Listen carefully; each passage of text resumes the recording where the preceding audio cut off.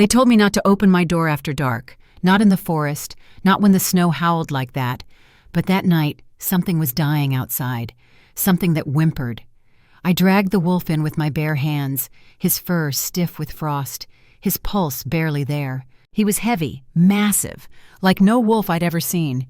His eyes flickered open once. Gold. Not animal gold, royal gold. For 3 nights I fed him broth, tended his wounds, and whispered to the unconscious beast I didn't understand. He healed too fast. The air grew hot when he breathed. I dreamed of teeth and thrones. Then, on the 4th dawn, a knock shook my cabin door. I opened it and froze. There he stood, no longer a wolf, cloaked in black fur, eyes burning with the same gold light that had haunted my sleep. "You took me in," he said. "Now I've come to take you." And behind him, the royal sigil of the Crescent Pack, the Alpha King. My mistake wasn't saving a dying wolf. My mistake was touching my destined mate. The wind clawed at the shutters like something alive. Each gust howled through the cracks of Elara Whitmore's mountain cabin, rattling the old timber until it moaned in protest. Outside, snow fell sideways, a white wall swallowing the forest whole. Elara pressed her palm to the frost-rimmed window. Nothing, just the endless night and the pulse of the storm. She should have been used to the isolation by now. 4 winters since she'd been cast from Crescent City, stripped of her pack name, left to rot in the mountains. Yet loneliness still had teeth. It bit hardest when the world went silent, when no heartbeat but hers filled the cabin. The fire in her hearth was dying. She pushed back her braid, grabbed another log, and knelt. Sparks spat and hissed. Heat licked her cheeks. The orange glow caught on the edges of her scarred hands. The price of a life spent doing other people's dirty work. 4 winters of exile. 4 winters since they'd stripped her rank, her name, her right to wear the medic's cross she'd earned through 15 years of field service. 4 winters since she'd mercy-killed Private Davies. 19 years old with half his intestines on the ground and screaming for his mother. 4 winters since the court-martial called it murder and the general called it necessary, and they sent her north to freeze. She didn't regret it. Davies had thanked her with his eyes before the light went out. That was enough. Then she heard it. A sound too soft to belong to the storm. A whimper, low, desperate. She froze, every sense sharpening. Another whimper came, a strained exhale, half human, half beast. Elara snatched the iron poker from the hearth and crept toward the door. Her breath fogged before her mouth. The cold had fingers. She eased open the latch. The storm roared in instantly, slapping her with snow. "Hello?" Her voice vanished into the white. There, a shape half buried against the tree line.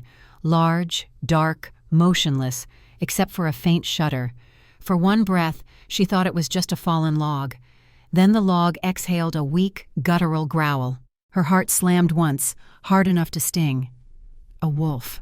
She should have shut the door, should have barred it, and prayed it wandered off. Rogues didn't survive long this far north, and if this one was still breathing, it was trouble. The laws were clear. No Omega may shelter a wolf outside her pack. Violation meant banishment or worse. But the sound it made, broken, strangled, was not the growl of a threat. It was pain. Elara hesitated only a moment longer before plunging into the storm. The snow swallowed her up to the knees. She trudged forward, breath burning her throat. "Easy," she murmured, though her voice trembled. "I won't hurt you." Up close, the wolf was enormous. His fur was matted with ice and blood. A silver-tipped arrow jutted from his shoulder, black veins creeping from the wound like poison roots. But that wasn't what made her breath catch. The wolf had 3 legs. The front left was missing, not torn off recently. Old wound, healed over, the shoulder smooth with scar tissue. And the arrow. She recognized it. Royal military issue. Black and silver, designed to pierce cursed flesh. This was no random attack, this was execution. His muzzle twitched when she touched him. "Spirits, help me," she whispered. "You're dying." The golden sheen in his eyes flickered open, ancient, intelligent, and wrong in a way that made her lungs seize. A shiver crawled through her that wasn't from the cold. She tried to lift him. He was heavy, too heavy, but something about the way his breath rattled made her dig deeper.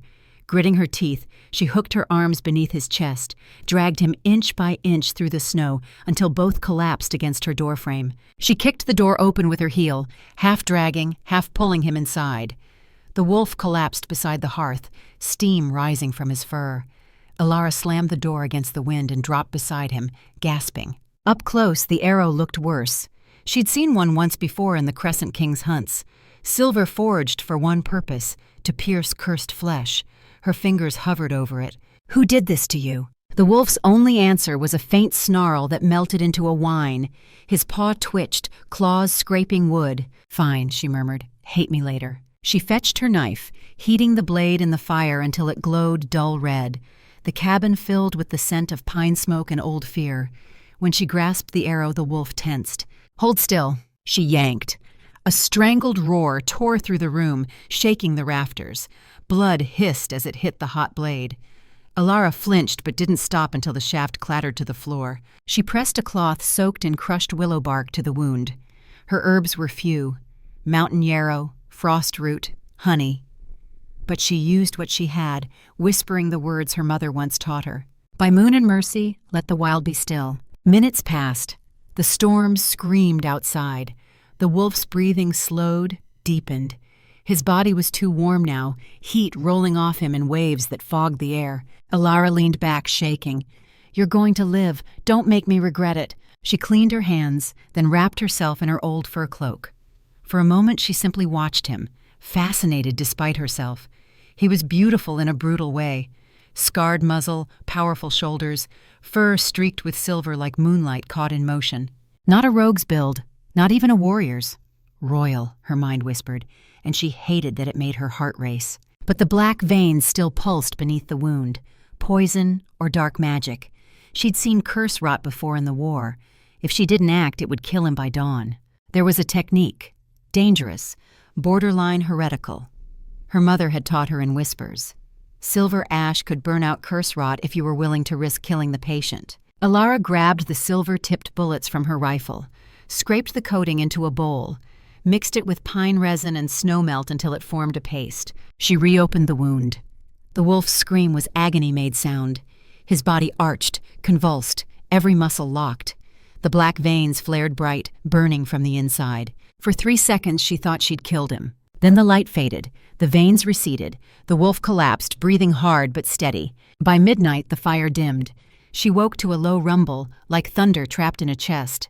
The wolf shifted restlessly, claws scoring the wood. His wounds steamed, edges glowing faintly. Elara knelt beside him again, easy. The wolf's breathing hitched. Then, in a voice that was not fully animal, rough, broken, but clear enough to freeze her blood, it whispered, "Run." Elara stumbled back so hard she hit the wall. "You spoke." But the wolf was still again, unconscious or pretending. Her pulse hammered. She stared for long minutes before forcing herself to move. She dozed eventually, head tilted, the fire painting her face in gold. In dreams she saw flashes, burning halls, a crown of black iron, wolves bowing in silver chains, and eyes golden and wild watching her from the dark. Morning came pale and hollow. The storm had broken. Silence hung heavy, thick as wool. Elara stirred, rubbing her eyes. The wolf still lay there, but the wound was closing. Skin sealed, fur gleaming where blood had dried. Only the scorch mark on the floor proved anything had happened. She crept closer. His chest rose and fell in steady rhythm. Then his eyes opened. Gold again, clear, unblinking. She froze, half-crouched. "You're awake." He didn't move, just watched her. The weight of that gaze felt human, intelligent, as if he were deciding something. Elara's throat went dry. "You're not an ordinary wolf, are you?" The wolf's ears flicked. For a moment she could have sworn something like amusement passed through those eyes. Then he closed them again. She exhaled slowly, shaking her head. "Right. I'm talking to a wolf now. Perfect." Still, she found herself smiling faintly. It was the first time in months she'd spoken more than a handful of words aloud. By evening, she'd built a barrier of blankets and dried meat between them. Though her gaze kept drifting his way, he hadn't moved once since morning. She was stirring stew when she heard it, the faintest crunch of footsteps outside. Not animal, deliberate, measured. Her spoon stilled. The air shifted, thick with something primal. Power. A knock split the silence. 3 hard raps that vibrated through the walls. Elara's pulse spiked. No one came this far north. No one even knew she lived here. Another knock, louder, commanding. She turned toward the door, heart clawing at her ribs. The wolf's eyes snapped open again, glowing fiercely now. Not gold, but molten amber. His lips peeled back in a soundless snarl. "Elara!" a deep voice called from the other side. The syllables rolled like thunder, ancient and sure. "Open the door!" Her breath caught. "How do you know my name?" A pause, then softly, almost tenderly. "Because you saved me." The voice was human, male, familiar in a way that made the room tilt. Elara's hand hovered over the latch. The wolf behind her rumbled low, warning. Snow drifted through the cracks around the frame. "I don't understand," she whispered. "You will," the voice said. 3 nights ago you dragged a dying wolf inside. Tonight, he knocks." The last word hit like lightning. Elara stepped back, trembling, eyes darting between the wolf and the door. Her instinct screamed to run, but her feet rooted to the floor. Another knock, slower, final. The wolf rose, silent, enormous, and met her gaze. For the first time, she saw the shadow of a man in his outline, shoulders broad, eyes burning with impossible recognition. "Elara," the voice repeated, "let me in." Her fingers brushed the latch. The fire crackled once, spitting sparks like stars, and the door shuddered beneath a hand too strong to be mortal. The air split with the sound of breaking bone. The wolf's body convulsed, fur receding, limbs reforming. The silhouette of a man clawing free from the beast. It took minutes. Each second looked like agony, but he didn't scream. When it was done, a man knelt where the wolf had been. Tall, broad-shouldered, left arm missing from the shoulder, the stump crossed with old scars, face lined with exhaustion and pain, black hair threaded with gray, gold eyes that had seen too much. He was naked except for the bandage wrapped around his shoulder, blood seeping through. Elara grabbed a blanket, tossed it to him. He caught it one-handed, wrapped it around his waist, and stood, swayed, caught himself on the mantel. "Happy now," he said. His voice was rough, human, but carried the same weight. "Not particularly, but it's a start." He looked down at his missing arm, at the bandage, at the scars crossing his chest and ribs. "You know what you're asking. If we go back, if I face the council, it won't be a trial. It'll be a spectacle. They'll make an example." Elara stepped closer. "Then make sure the spectacle tells the truth." The knock came again, harder. Elara opened the door. 5 soldiers stood in the snow, steam rising from their horses, weapons drawn. The leader, a captain by his insignia, stepped forward. "Elara Whitmore, former field medic, exiled for treason." "That's me. We're hunting a rogue wolf, injured, tracked it to this area. You seen anything?" Elara met his eyes, didn't blink, just the storm. The captain studied her, looked past her into the cabin. She could see him cataloging details. The fire, the medical kits still open on the floor, the fresh gouges in the wood. "You treat anyone recently?" "Just myself, slipped on ice, needed stitches." He didn't believe her. She could see it in his face. But he also saw the rifle, saw the way she held it, saw 15 years of combat experience in her eyes. "If you see the wolf," he said slowly, "don't engage. It's dangerous. Royal hunt, official business." "Understood." He lingered another moment, then nodded to his men. They mounted up, turned their horses, and rode back into the trees. Elara watched until the torchlight disappeared. Then she closed the door, locked it, and exhaled. She opened the root cellar. The man was awake, gold eyes staring up at her from the darkness. "You should have given me up." Elara knelt at the hatch's edge. "Probably, but I've got a bad habit of making stupid choices for dying things. I'm not a thing." "No." She studied those eyes. "You're not." The man shifted, tried to climb the ladder with one arm. Failed, made a sound of frustration that was entirely human. "Let me help." "I don't need help." "You're stuck in a hole. Yes, you do." The man growled. But when she slid her arm under his chest, he didn't fight. Just let her take the weight. Let her guide him up the ladder one painful step at a time. She settled him by the fire again, checked the wound. The stitches had held, but the exertion had started it bleeding again. She packed it with fresh herbs, wrapped it tight. The man watched her work. "Who are you?" "Elara Whitmore, former medic, current hermit, you." The man's eye closed. When it opened again, something had changed. The gold was brighter, more focused.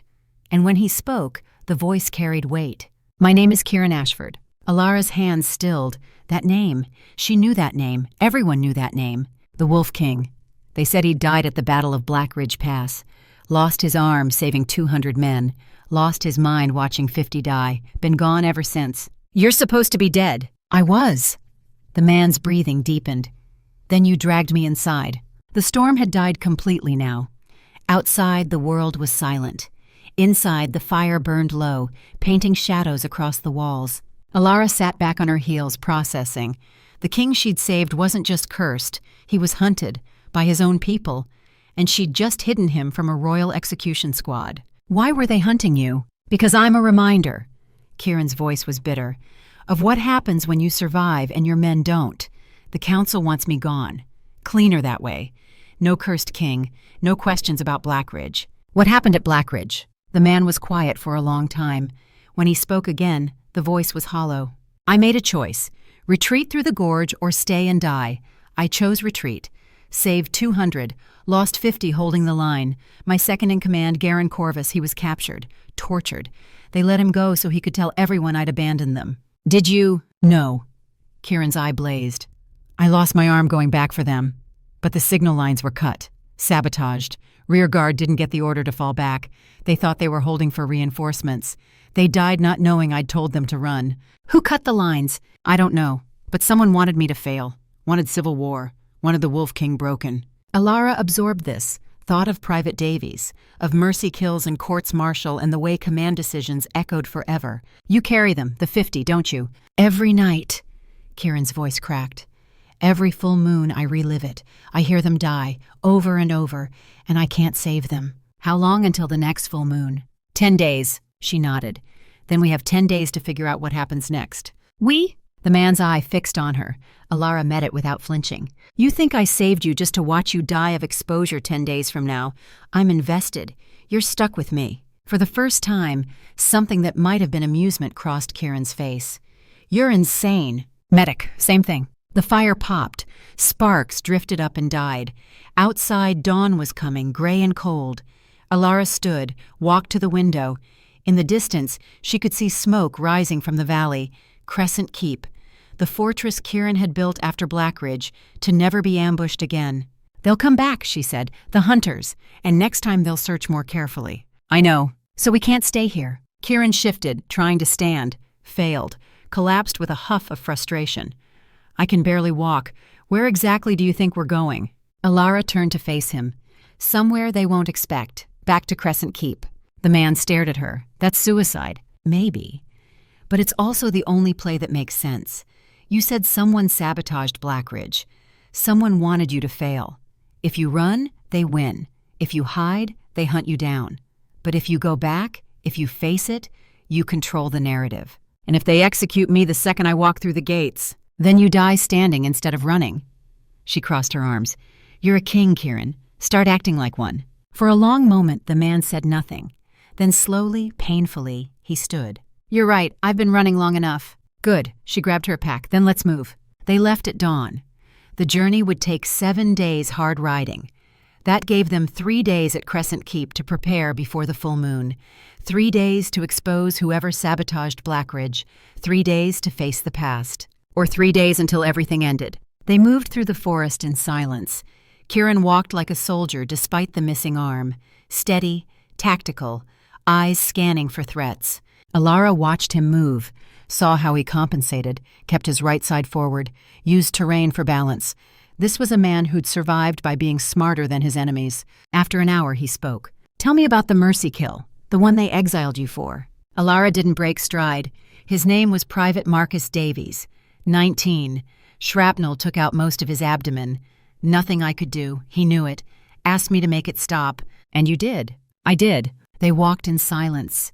Then Kieran said quietly, Thank you. She looked at him. For what? For being the kind of medic who listens when a soldier asks to die. For having the courage to give mercy when everyone else calls it murder. Something in Elara's chest tightened. 4 winters. 4 winters since the court-martial, and not one person had said thank you. Not Davies' family, not the other medics, no one. You're welcome. They walked on. By midday, they'd covered 6 miles. Kieran's breathing was labored but controlled. The wound had stopped bleeding, but pain showed in every step. They stopped by a frozen stream. Elara filled water skins while Kieran kept watch. "How long since you've been around people?" she asked. "Since the curse took hold." Elara studied him. 10 days until the full moon. If they were traveling together when it hit, she needed a plan. "What if someone anchored you, kept you focused?" Kieran looked at her sharply. "Anchoring only works if there's trust. We barely know each other. So we build trust. 10 days. Tell me about Blackridge, every decision. I'll listen. And when the moon rises, I'll remind you who you are." Kieran studied her for a long moment, then nodded. They made camp in a cave. Elara built a fire while Kieran checked the perimeter. "Tell me about your unit," she said. "The men at Blackridge." Kieran stared into flames. 250 men, best unit I ever commanded. We'd been together during the border wars. What was Blackridge? A mistake. Intelligence said small force. It was an army, 2,000 strong, waiting. And the retreat. I had two choices. Push through and lose everyone, or retreat and save who I could. That's command. I made the call that saved 200 and killed 50. Kieran's fist clenched. Told Rowan to hold the rear. He did. 6 hours. And the whole time, he was waiting for reinforcements that never came. Because the signal lines were cut. Because someone wanted me to fail. She absorbed this. When we get to Crescent Keep, we're walking into an unfinished coup. I know. So why go back? Because hiding didn't stop them. They sat in silence, watching the fire burn down. "Elara," Kieran said quietly. "Yes. Why are you really doing this?" She thought about Private Davies, about every soldier she'd lost and the ones she'd saved, and the weight of choosing between them. "Because I'm tired of watching good people die for bad reasons," she said. "Davies asked me for mercy. I gave it. They called it murder. You made a tactical call at Blackridge, saved 200 lives. They called it cowardice. I'm done letting other people define what's right, even if it gets you killed. Especially then." They slept in shifts. Kieran dreamed of Blackridge, muttered names in his sleep. Apologies. The things soldiers carried. When it was Elara's turn to sleep, she dreamed of a gorge, of 50 men holding a line, of a king with 2 arms reaching back, screaming for them to retreat and no one hearing. She woke to Kieran shaking her shoulder, gentle, urgent. "We have company." Elara was on her feet in seconds, rifle in hand. "How many?" 4 riders, coming from the south, moving fast. They broke camp in minutes, moved deeper into the forest. Behind them, hoofbeats, closer, coordinated. They reached a ridge, below a village, maybe 30 buildings. "We go through," Kieran said, "lose them in the crowd." They entered at noon. Elara kept the rifle visible. Kieran walked beside her, hood up, missing arm hidden.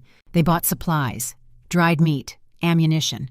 The trader, a scarred woman, slid extra bullets across the counter. "On the house, for the look in your eyes." "What look?" "The one that says you're walking toward something, not away." On the village edge, Kieran stopped. "Someone's following us." "How many?" 2, not military. She glanced back. 2 cloaked figures, moving with purpose. "We set an ambush." They moved quickly into the tree line. Elara went left, Kieran right. They waited. Then the 2 figures appeared. The tall one led, moved like a fighter. The smaller one followed, lighter on their feet. Elara centered the rifle, waited for Kieran's signal. It didn't come. Instead, Kieran stood, stepped out from cover. "Hello, Garen." The tall figure stopped, then slowly pushed back his hood. The man beneath had a face carved by pain. Burn scars ran across his left cheek, down his neck. His eyes were hard. But when they saw Kieran, something complicated flickered there. Rage, grief, recognition. "So it's true," Garen Corvus said. His voice was rough. "The dead king walks." Kieran didn't move. "I'm not dead." "You should be." The smaller figure stepped forward, pushed back her hood. A woman, sharp eyes, a scar across her throat. "Enough, Garen," she said. "We came to talk, not fight." "Talk." Kieran's voice was flat. "After years of telling everyone I abandoned you, now you want to talk." Garen's jaw clenched. "You did abandon us. I ordered retreat. The signal lines were cut. You know this." The woman between them raised her hand. "Both of you, stop." She looked at Kieran. "My name is Lady Mira Thornfield. I served in intelligence during the war. I've been investigating Blackridge." Kieran's eyes narrowed. "Why?" "Because the official story didn't make sense." She pulled a leather folder from her cloak. Signal Corps officer was Cassius Vale. He's now High Elder on the Council. His report said the lines were intact, but I found maintenance logs. They were cut 6 hours before the battle. Kieran opened the folder, read. His face went stone cold. "Cassius. He's been consolidating power since you left." Garen's voice was bitter. Your brother Theron is regent in name only. Cassius controls the council. The man, Mira, stepped closer. They wanted Crescent Pack weakened. Civil war would have done it. Cassius gave them the tools. All he needed was a scapegoat. Kieran looked up. His eyes blazed gold. Me. You. Garen's voice softened slightly. I blamed you. Hated you. Told everyone you were a coward. But 6 months ago, Mira showed me the evidence. The cut lines, the payments, the conspiracy. So why hunt me now? We're not hunting you, we're finding you. There's a difference. For what? Garen and Mira exchanged a look. Then Garen said slowly, because Rowan Blackwood is alive. The world stopped. Kieran went white. What? Nightbane Pack kept him. Prisoner. They've been using him for leverage. He believes you abandoned the rear guard, demanded trial by combat. You versus him. Wolf form versus human. 10 days from now. The full moon. Kieran's breathing went shallow. He'll kill me. In wolf form, with the curse active, I can't control myself. That's the point. Garen's voice was grim. Cassius orchestrated this. Either way, you're gone. No more questions about Blackridge. Elara stepped out from cover.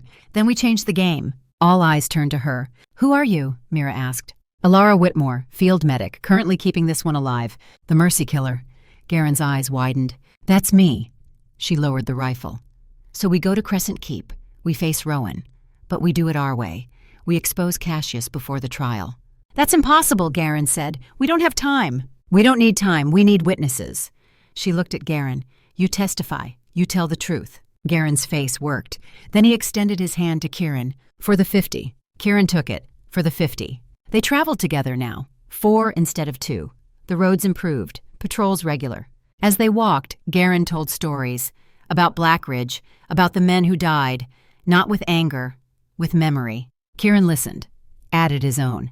Together they built a picture of what really happened.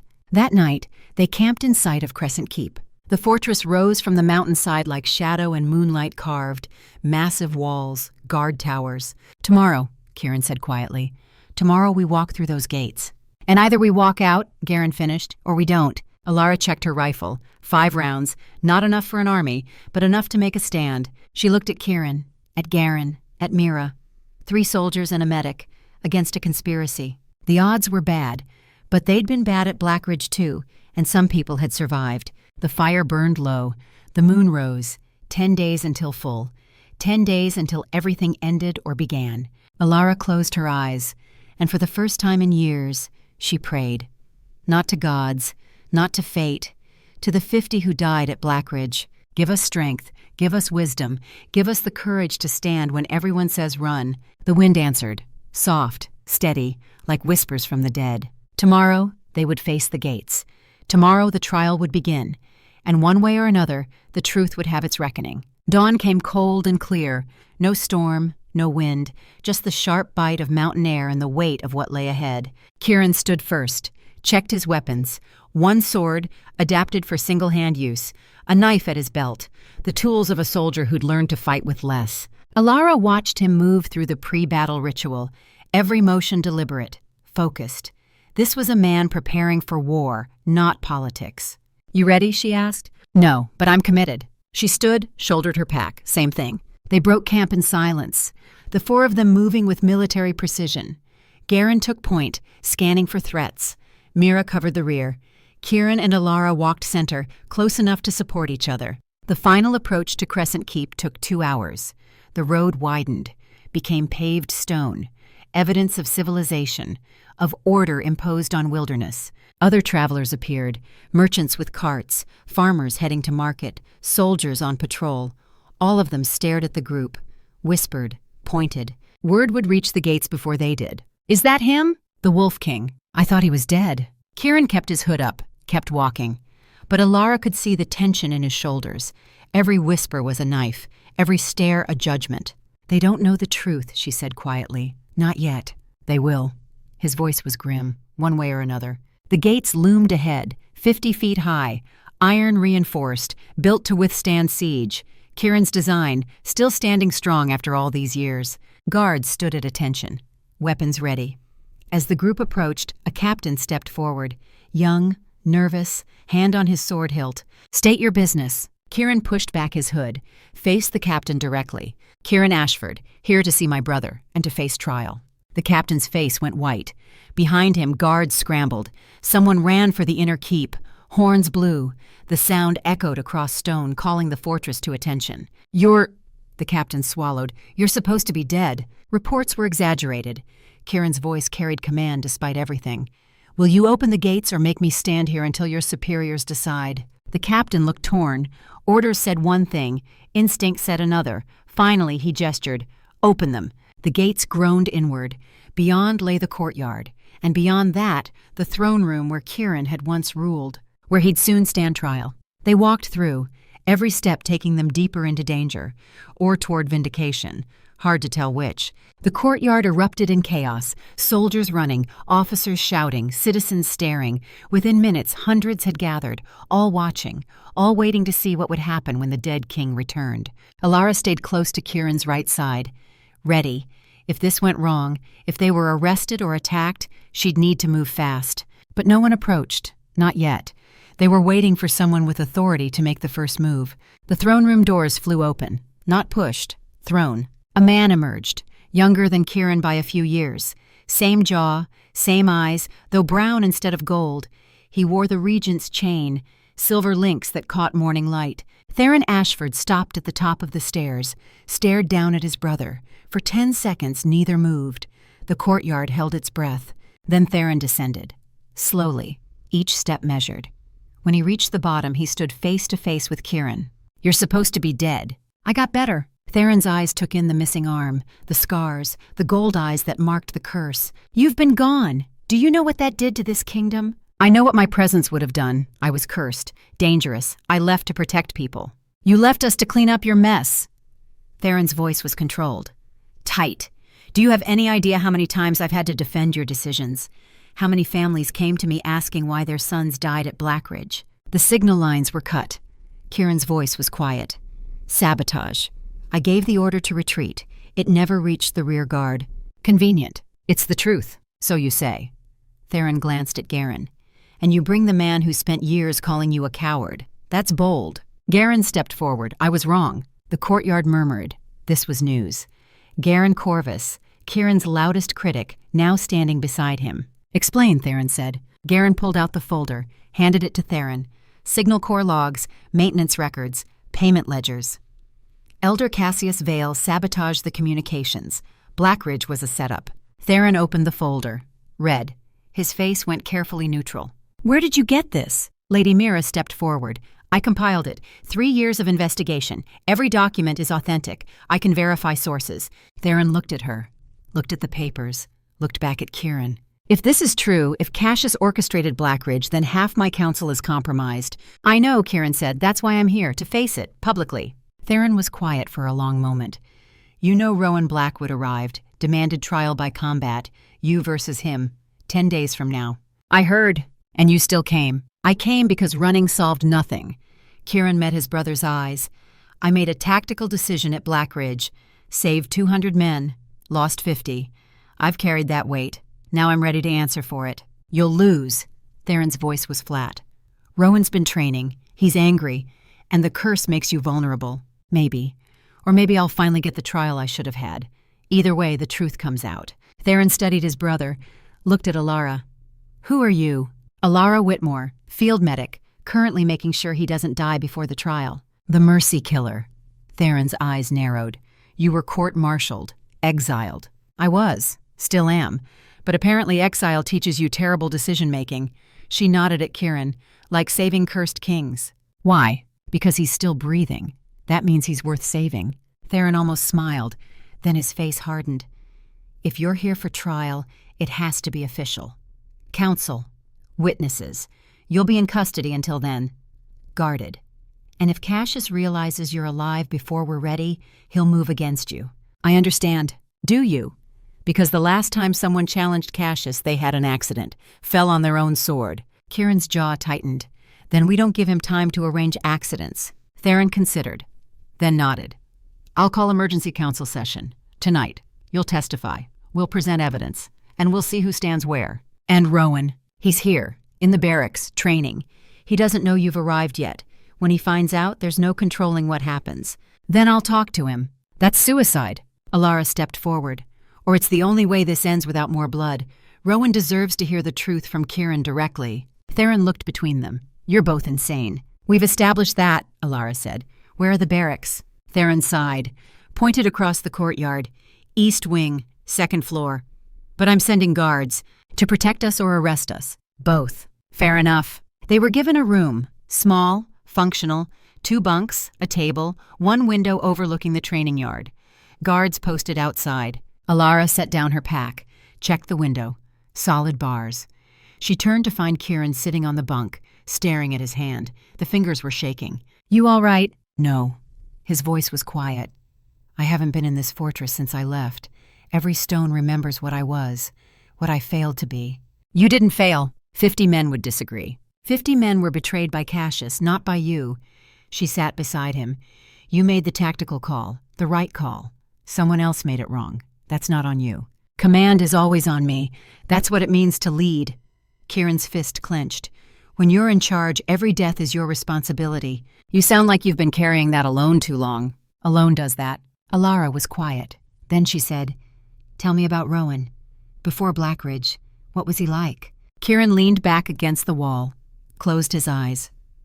Rowan Blackwood. Best lieutenant I ever had. Tactical mind. Brave. Loyal. The kind of soldier who'd hold a position because you asked, even if it meant dying. That's why he held the rear guard. That's why I asked him to. Kieran's voice cracked. I knew if anyone could buy us time, it was him. I trusted him. And that trust got him captured, tortured. You didn't know the signals were cut. Doesn't matter. I should have verified. Should have sent a runner. Should have done something. In the middle of a battle, while being ambushed, while trying to save 200 men. She met his eyes. You're not a god, Kieran. You're a commander. You did what you could with what you had. It wasn't enough. It saved 200 lives. He didn't answer, just stared at the ceiling, breathing. Elara stood, moved to the window, watched soldiers drill below, young men, fresh. They hadn't seen what Kieran had seen. You should eat, she said. You'll need strength. Not hungry. Eat anyway, it's tactical, not optional. He turned from the window, looked at the woman who'd saved him in the snow, who'd walked beside him through conspiracy and the weight of 50 ghosts. Why are you still here? She looked up, met his eyes. Because I said I would be, and because someone needs to remind you who you are when you forget. I'm going to forget. When the moon rises, I won't know you, won't know anyone. Then I'll remind you louder. She stood. You're Kieran Ashford, commander who saved 200 men, brother who came back despite the curse. That's who you are, not the wolf, not the guilt. You. What if that's not enough? Then we find out together. The door opened. Theron entered with 2 guards. It's time. The council is assembled. Rowan is waiting. Kieran stood, straightened. When he spoke, his voice carried command again. Then let's not keep him waiting. They walked through the fortress in procession. Soldiers lined corridors. Some saluted. Some turned away. The kingdom divided made visible. And somewhere ahead, in the council chamber, the truth would finally be heard. Or buried forever. Either way, there was no turning back now. The gates of Crescent Keep rose before them like judgment carved in stone. 50 feet high, reinforced iron, flanked by guard towers that had watched these mountains for generations. Kieran had designed them himself after Blackridge, built them to withstand siege, to never be caught unprepared again. Now he was walking through them as a prisoner would, or a ghost. The guards recognized him instantly. Their faces went white. Hands dropped to weapons. One of them, a young corporal with fresh insignia, actually took a step back. The dead king walks, he whispered. Kieran kept his hood up, kept walking. Elara stayed close to his right side, rifle visible across her back. Garen and Mira flanked them. A formation, tactical.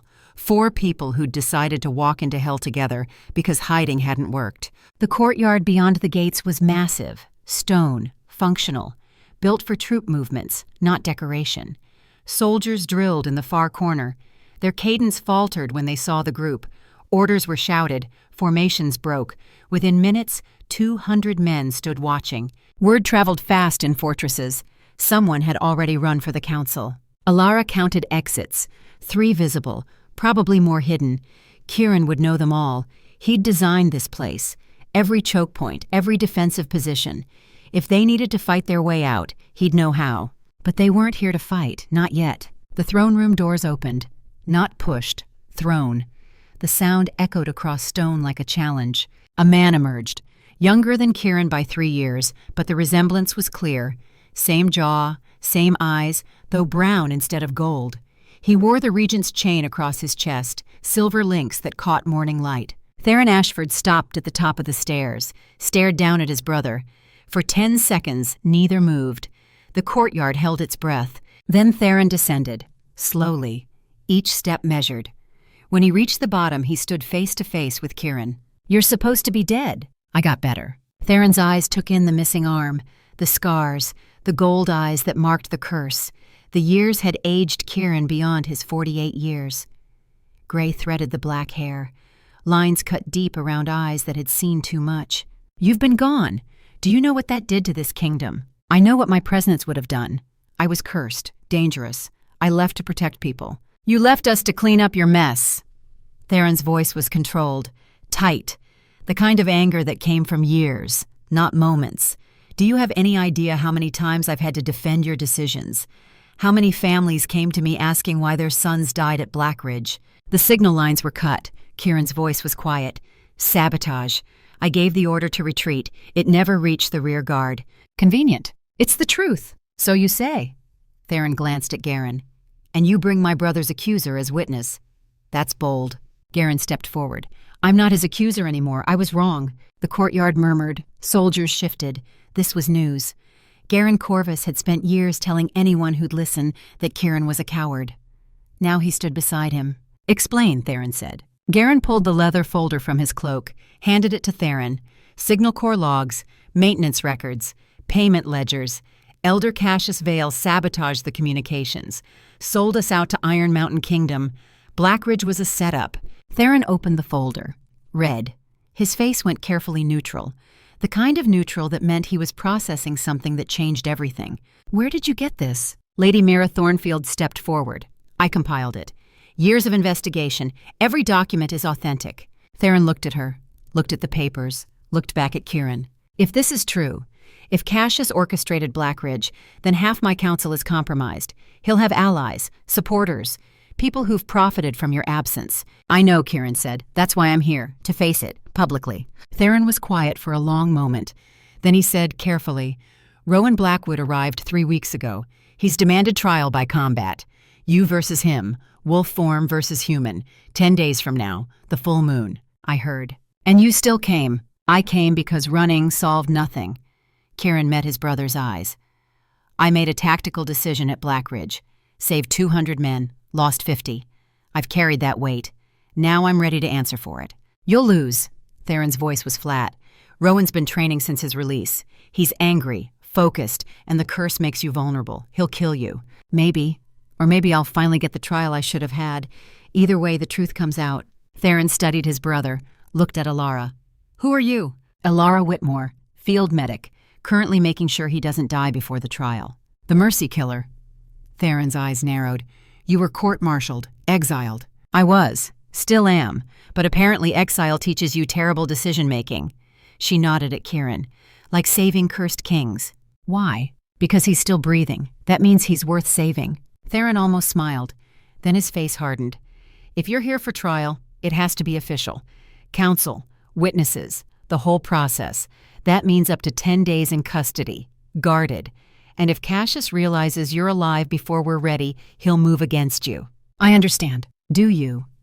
"Because the last time someone challenged Cassius, they had an accident in the training yard.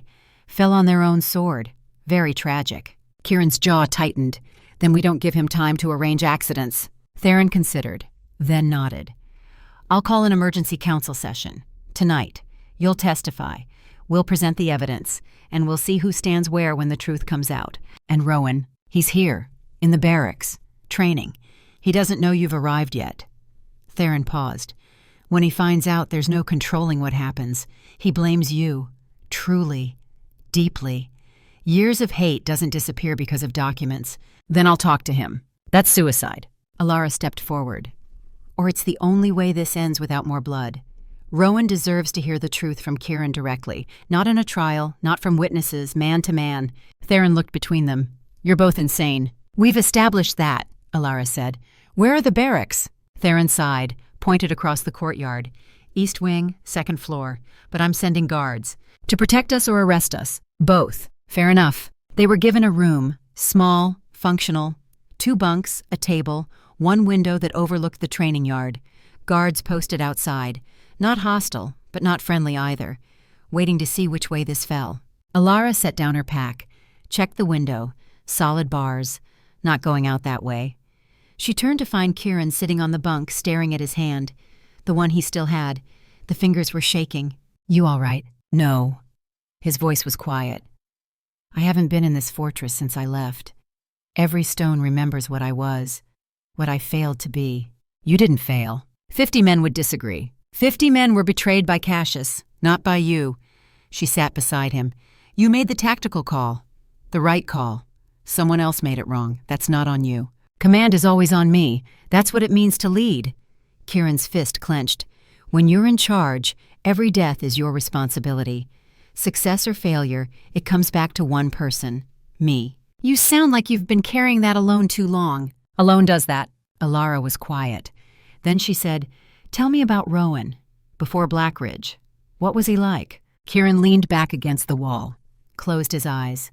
"Rowan Blackwood, best lieutenant I ever had, tactical mind, brave, loyal, the kind of soldier who'd hold a position because you asked, even if it meant dying. That's why he held the rear guard. That's why I asked him to." Kieran's voice cracked slightly. "I knew if anyone could buy us time, it was him. I trusted him, and that trust got him captured, tortured, broken. You didn't know the signals were cut. Doesn't matter. I should have verified, should have sent a runner, should have done something other than assume my orders would get through. In the middle of a battle, while being ambushed, while trying to save 200 men." She met his eyes. "You're not a god, Kieran. You're a commander.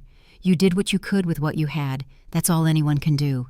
"It wasn't enough. It saved 200 lives." He didn't answer, just stared at the ceiling, breathing, processing. Elara stood, moved to the window, watched soldiers drill below, young men, fresh. They hadn't seen what Kieran had seen, hadn't made the choices he'd made. Give them time, give them a few years of war. They'd understand. Or they'd break. The door opened. A guard stepped in, older, grizzled, the kind who'd seen combat. "The Regent says the council convenes in 2 hours. You're to appear before them, both of you." "Understood." The guard hesitated, then said quietly, "I was at Blackridge, 3rd Company. You gave the order to retreat. It saved my life. Whatever happens tonight, you should know that." He left before Kieran could respond. Kieran stared at the closed door, processing. Then he stood, straightened. When he spoke, his voice carried the weight of command again. 2 hours, we need a strategy." "Already thinking about it." Elara turned from the window. "Cassius will have prepared. He's had years to build his narrative. We have documents, that's good, but we need more." "What more?" "We need someone the council trusts to verify the documents, someone who can't be bought." "Garen. He's compromised by his history. They'll say he's lying to save face." Elara paced. "We need someone neutral, someone with technical knowledge. Who was Signal Corps commander at Blackridge? A man named Hendrik, dead 2 years ago, fell from his horse. Or was pushed." Kieran's eyes narrowed. "Cassius is cleaning up loose ends, which means there's someone else he hasn't gotten to yet. Someone who knows. Someone scared enough to stay quiet, but not dead. We find them. In 2 hours." Elara smiled. It wasn't a kind smile. "Then we better move fast." They found Lady Mira in the archives, surrounded by old military records, cross-referencing names. "Signal Corps at Blackridge," Elara said without preamble. "Who's still alive?" Mira looked up. "Hendrik's dead. His second in command was a woman named Sergeant Iris Dane. She's still in service. Works supply depot now. Demoted after Blackridge." "Where?" "North Wing. But she won't talk. I've tried. She's terrified." "Then we give her a reason to stop being terrified." Kieran stood. "Take me to her." The supply depot was organized, meticulous, every crate labeled, every item counted. The kind of precision that came from military training and obsessive control. Sergeant Iris Dane was small, scarred hands from field work. When she saw Kieran, she dropped the manifest she was holding. "My king." "Not anymore." Kieran stepped closer. "But I need your help." She backed up, hit the wall. I can't talk about Blackridge. I signed papers, made promises." "To Cassius." Her silence was answer enough. Elara moved to block the door. "Sergeant?" How many people has Cassius killed to keep Blackridge quiet? I don't know what you mean. Hendrik fell from his horse. Convenient. Who else? How many accidents? How many suicides? Iris's face went white. I have a daughter. She's 12. If he knows I talked, We'll protect you. Kieran's voice was gentle. I swear it. On my name. On my throne. Tell us what you know, and I'll make sure you and your daughter are safe. You can't promise that. You're cursed, hunted. You can't even protect yourself. Maybe not, but I can make sure the truth is heard. And when it is, Cassius loses his power. He can't hurt you if he's in chains. Iris looked at him, at Elara, at the door, calculating, afraid. Then slowly she reached under a crate, pulled out a leather case, opened it. Inside were papers, maintenance logs, communication records, and a knife, silver blade, etched with symbols. This is the blade that cut the signal lines at Blackridge. Cassius gave it to Hendrik, told him it was for field maintenance. But Hendrik recognized the symbols. Curse work. It didn't just cut the lines. It made them impossible to repair, kept them dead for hours. Where did you get this? Hendrik gave it to me the night before he died, told me to hide it, said if anything happened to him, I should keep it safe. Iris's voice shook. He knew Cassius would kill him. This is proof. Elara took the case carefully. Physical evidence, not just documents. This puts Cassius at the scene. Iris nodded. There's more. The payment ledgers Mira found. I can verify them. I processed some of those transfers. Didn't know what they were for at the time, but I can testify they're real. Will you? Iris looked at her daughter's drawing pinned to the wall. A child's sketch of a soldier. Probably her. Yes, if you promise to protect her. I promise. Kieran extended his hand. One-armed, sincere. You have my word. Iris took it, shook. Her grip was strong despite the fear. The council chamber was ancient. Vaulted ceiling. Stone walls carved with the names of fallen soldiers. Every king since the founding had added names here. Kieran's additions from Blackridge covered an entire wall. 200 names of those who lived. 50 names of those who didn't. Rowan Blackwood's name was there, listed among the dead. The council sat in a semicircle. 12 members. Nobles, military leaders, administrators. At the center, in the high seat, sat Elder Cassius Vale. He was old, 70 at least.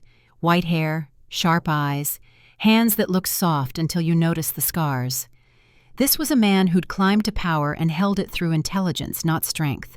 When Kieran entered, Cassius didn't flinch, didn't react, just watched. Kieran Ashford. Cassius's voice was smooth. Cultured. We were told you were dead. Reports were exaggerated. Clearly. Cassius gestured to the empty space before the council. You've requested emergency session. The floor is yours. Kieran stepped forward. Theron stood to his right, Elara to his left, Garen and Mira behind with Sergeant Iris. Years ago, Kieran began, I gave an order at Blackridge Pass, retreat through the gorge, save who we could. That order never reached the rear guard. 50 men died holding a position they didn't need to hold because they never got the order to fall back. Tragic. Cassius's tone was sympathetic. But war is full of miscommunication. You can't blame yourself for fog of war. It wasn't fog of war. The signal lines were sabotaged. A murmur went through the council. Cassius leaned forward slightly. Sabotaged. That's a serious accusation. Do you have proof? Garen stepped forward, placed the documents on the table. Signal Corps logs, maintenance records. They show the lines were cut 6 hours before battle, deliberately. One of the counselors, a military commander, picked up the papers. Read. His face hardened. These are authentic. I recognize the clerk's seal. Cassius waved a hand. Documents can be forged. Not these. Sergeant Iris stepped forward. Her voice shook, but held. I processed these logs. I verified the maintenance schedules. Everything in those documents is real. Cassius's eyes fixed on her. Sergeant Dane, I didn't expect to see you here. I'm sure you didn't. You signed confidentiality agreements. I signed them under duress. She lifted her chin. And I'm breaking them now because I won't be part of covering up treason. Treason? Cassius laughed. It was cold. My dear, you're confused. Am I? Elara stepped forward, placed the knife on the table. Then explain this. Silver blade. Curse etched. Used to cut signal lines at Blackridge. Your blade, Elder, given to Hendrik with instructions to disable communications. The council went silent. Every eye fixed on the knife. The symbols were clear, deliberate. This wasn't field maintenance. This was sabotage. Cassius stared at this blade. His face remained calm, but something flickered behind his eyes. Calculation. Where did you get that? From Hendrik. Before you had him killed. Iris's voice was stronger now. He knew what you'd done, knew you'd kill him to keep it quiet, so he gave me the evidence. Hendrik died in an accident. Hendrik was murdered. Elara's voice cut through the chamber. Just like you tried to murder the king. Just like you've been murdering anyone who knew the truth about Blackridge. Cassius stood, slowly. When he spoke, his voice carried authority. This is absurd. I am High Elder of this council. I've served Crescent Pack for 40 years, and you accuse me of treason based on documents and a knife that could have come from anywhere. The documents are verified, Theron said quietly. The knife matches your personal seal, and Sergeant Dane's testimony is credible. She's a low-ranking soldier trying to protect a king who abandoned his men. I didn't abandon them. Kieran's voice was steel. I gave an order. You made sure they never received it. You wanted me to fail, wanted Blackridge to destroy my credibility. Why? Who paid you? Cassius smiled. It was thin, sharp. No one paid me. I acted in the best interests of the pack. By letting 50 men die. By preventing endless war. Cassius's calm cracked slightly. You were reckless, aggressive. Every season you pushed deeper into enemy territory. Started conflicts we couldn't sustain. I did what was necessary to stop you before you destroyed us all. So you betrayed me. Kieran stepped closer. Sabotaged my command. Let my men die to prove a point. I saved this kingdom. Cassius's voice rose. Your warmongering would have bankrupted us, cost thousands of lives. I gave up 50 to save thousands. That's strategic thinking. That's murder. That's command. The words hung in the air. The council members looked at each other. Some nodded. Some looked horrified. The chamber divided before their eyes. One of the counselors, an older woman, stood. Elder Cassius. Even if we accept your reasoning, sabotage resulting in deaths of soldiers is still treason under military law. The evidence is compelling. Evidence can be manufactured. Cassius turned to her. Think carefully.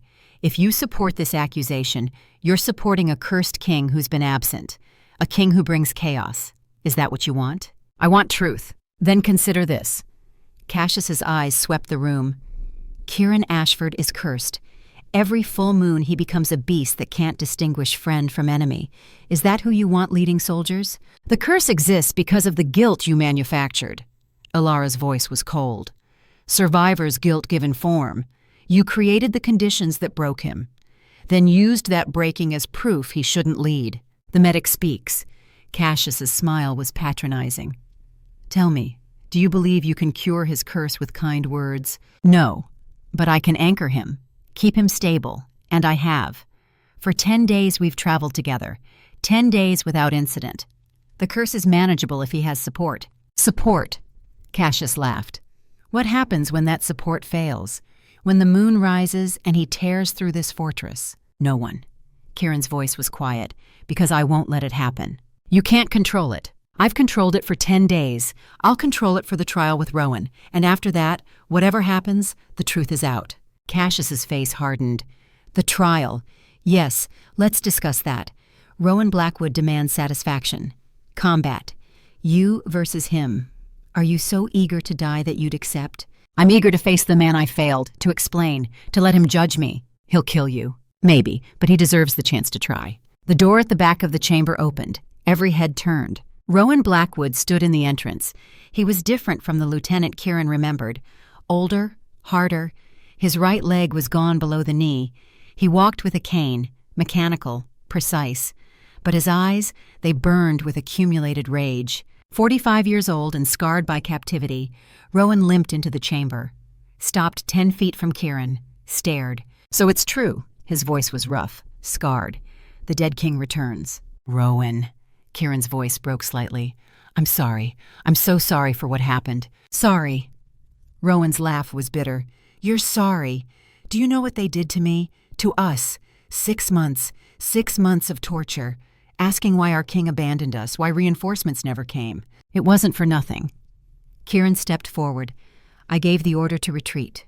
To save the main force. You were supposed to fall back after holding for 1 hour. The signal never reached you.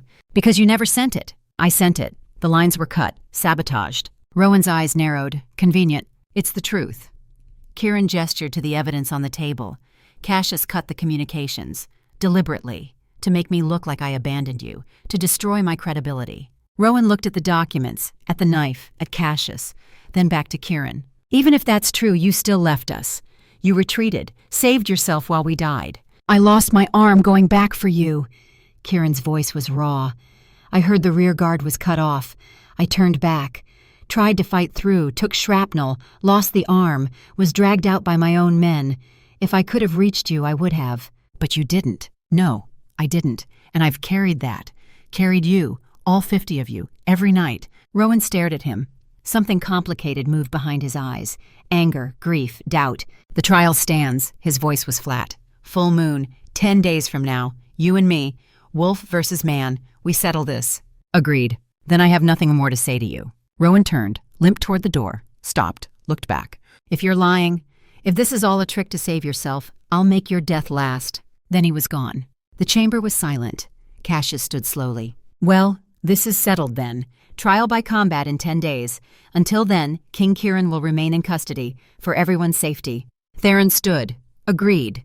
But Elder Cassius will also be confined, under guard, until we can fully investigate these accusations. You can't be serious. The evidence is compelling. Even if the council doesn't convict, we need time to verify. Theron's voice was firm.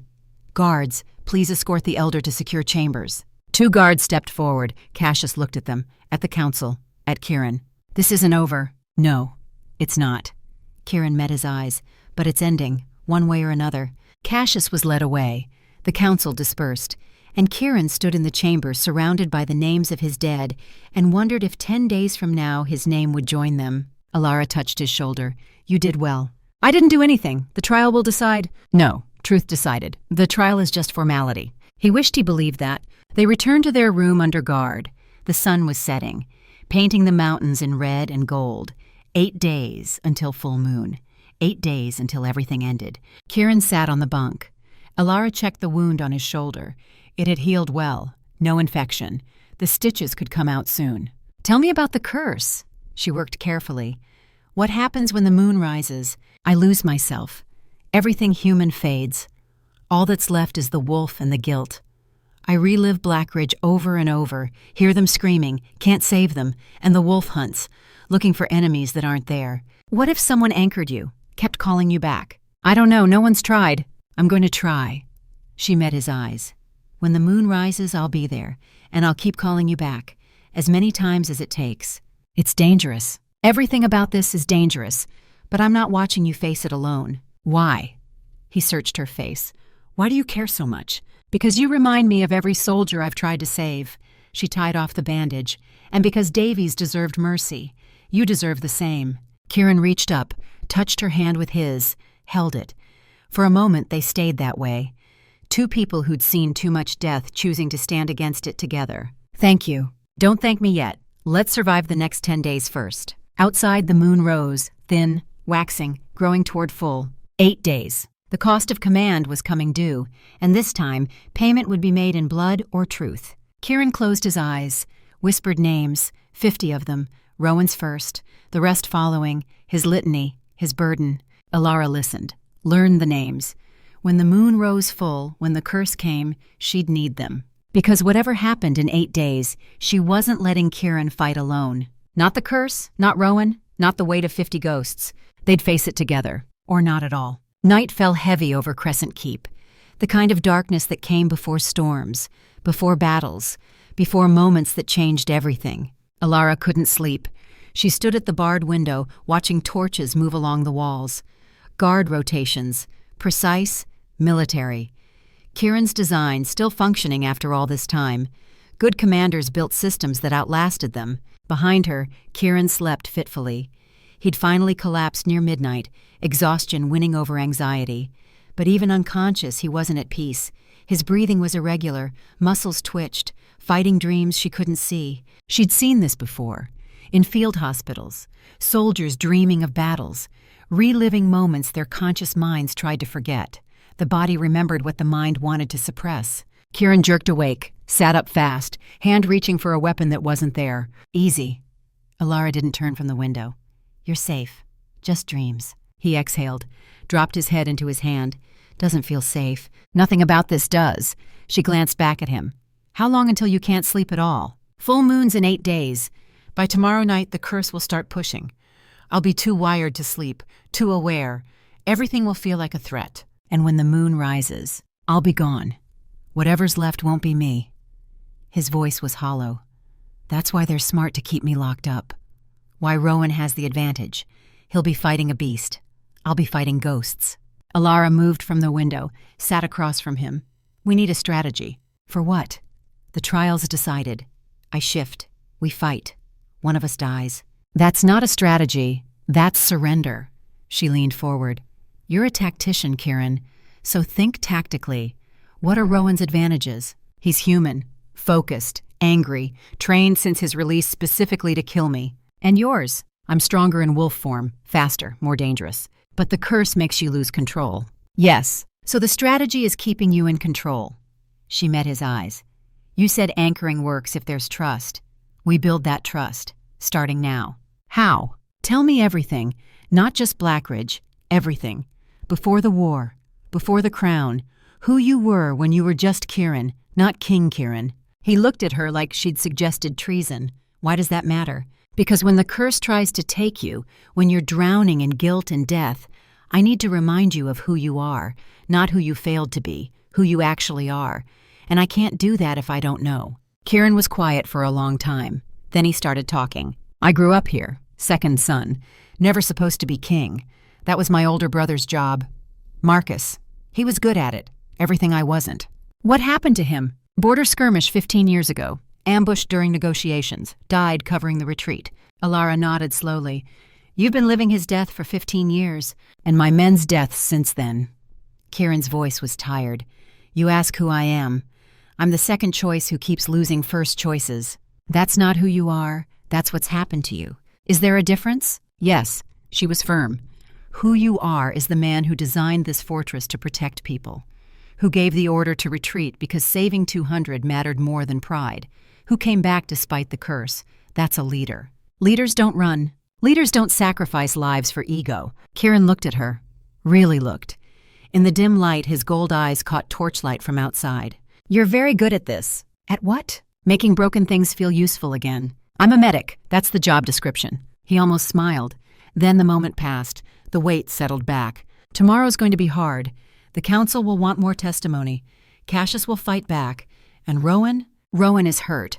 Elara stood, moved to her pack, started organizing medical supplies. When people are hurt, they lash out. He needs to hurt you because hurting you makes sense. It's simple, clean, easier than facing the complexity of sabotage and conspiracy. So how do I reach him? You don't. Not yet. Right now you prepare. She pulled out field dressing, tourniquets, coagulants. When you fight to survive. Not to die nobly. Survival. Because if you die, Cassius wins. The truth gets buried, and 50 men stay unavenged. That's practical. That's tactical. She met his eyes. I'm not asking you to win. I'm asking you to not lose. There's a difference. The door opened without warning. Theron stood there, 2 guards behind him. His face was grim. We have a problem. Kieran stood. What kind? The kind where Cassius has more support than we thought. Half the council is demanding your immediate re-exile. They're calling tonight's session a mistrial, saying the evidence is circumstantial. The knife isn't circumstantial. The knife proves someone used curse magic, not that Cassius ordered it. Theron stepped inside, closed the door. They're arguing chain of evidence, saying Hendrik could have gone rogue, that Cassius is being scapegoated. That's insane. That's politics. Theron's voice was bitter. And Cassius has had years to build alliances, trade favors, position people. We have documents and testimony.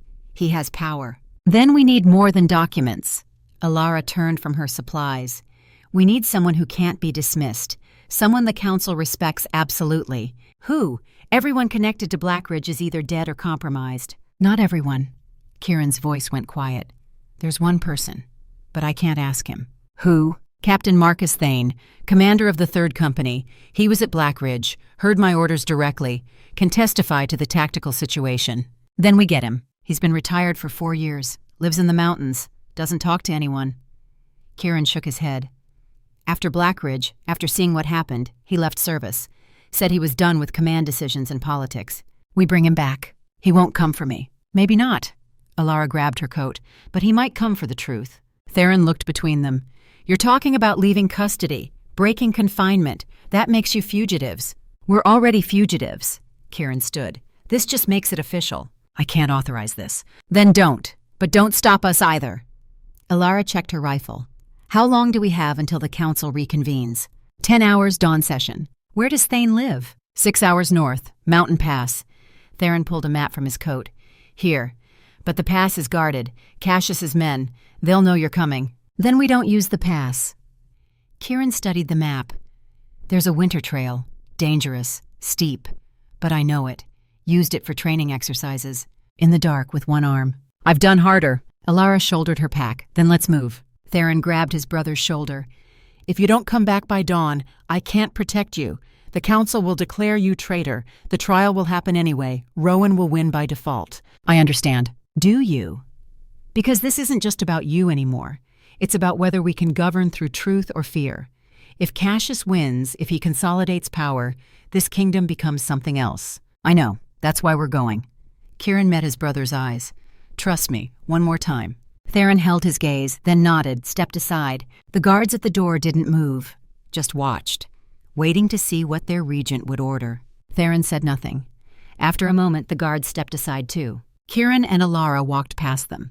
Down the corridor, through servant passages Kieran knew by heart, out a side gate that led to the stables. They took 2 horses, fast ones, built for mountain terrain. Within minutes, they were riding north into darkness. The trail was exactly as bad as advertised. Narrow, steep, littered with loose stone that shifted under the horses' hooves. One wrong step meant a 100-foot drop into blackness. But Kieran knew it, moved with confidence even in darkness. This was his mountain, his territory. Time away hadn't changed the geography. Elara followed close, trusted his lead, didn't question.